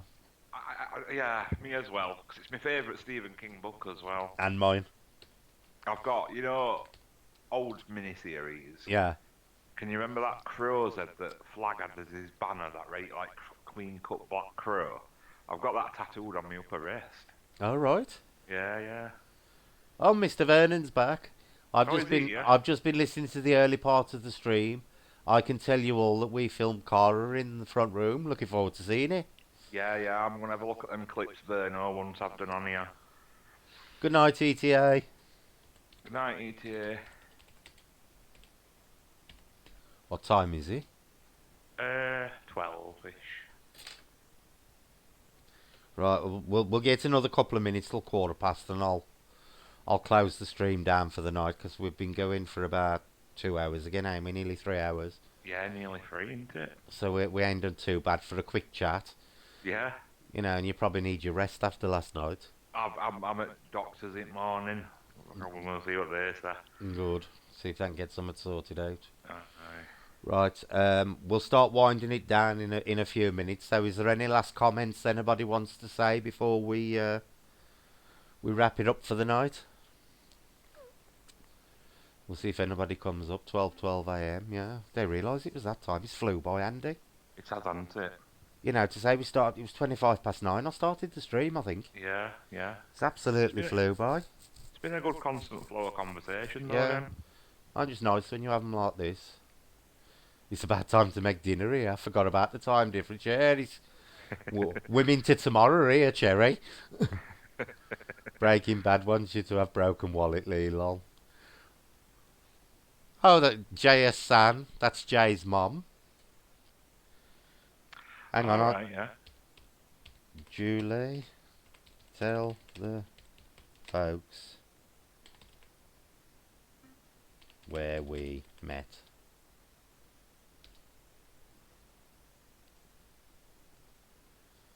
Yeah, this is my son's mum, JS San. She'll tell you where we met at the CB. We met off the CB. Don't forget to thumb up our host. Oh, that's nice of you, Robin. Thank you. Maybe I can catch the next one and not just at the end. Well, the next one, Cherry's going to be Friday. We're going to have to think of a subject for Friday, Andy. Yeah. It'll be another paranormal one, and then obviously Sunday, I do the cards. Talking to cards, does your mother still want hers done on Thursday? Thursday, yes. Yeah, that's all okay. right. Yeah, that's fine. Yeah, you missed a lot of the paranormal chat, Sam. I don't know why you don't get a notification. It's really odd. But yeah, we can go to bed and everything. I don't know whether Julie's going to actually... Hello, Brett. Yeah. There you go. We met on the CB radio in 1990. Wow, that's awesome. Yeah. Told ya. That's mad. That was where I met Jay's mum. Off the CB. I was Ratty and she was Garfield. Garfield. Big Garfield fan. Hello, Brett's ex-chick. Right, folks. Julie, you've just caught us right at the end because we're actually going off now. So I'd just like to say a big thank you for coming on, everybody. We will be on 9 p.m. UK time on Friday and 9 p.m. UK time on Sunday for the card reading. But Friday's going to be another paranormal stream, but we've yet to decide what the topic is. So there'll be somewhere up by Wednesday anyway, letting people know what it is. So thank you all for coming on, and we will see you all hopefully on Friday. So thank you very much, and have a good night all. Cheers, everybody. Good night. Good night.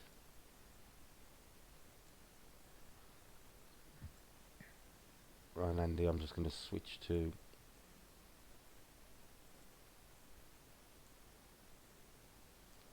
hang on a minute.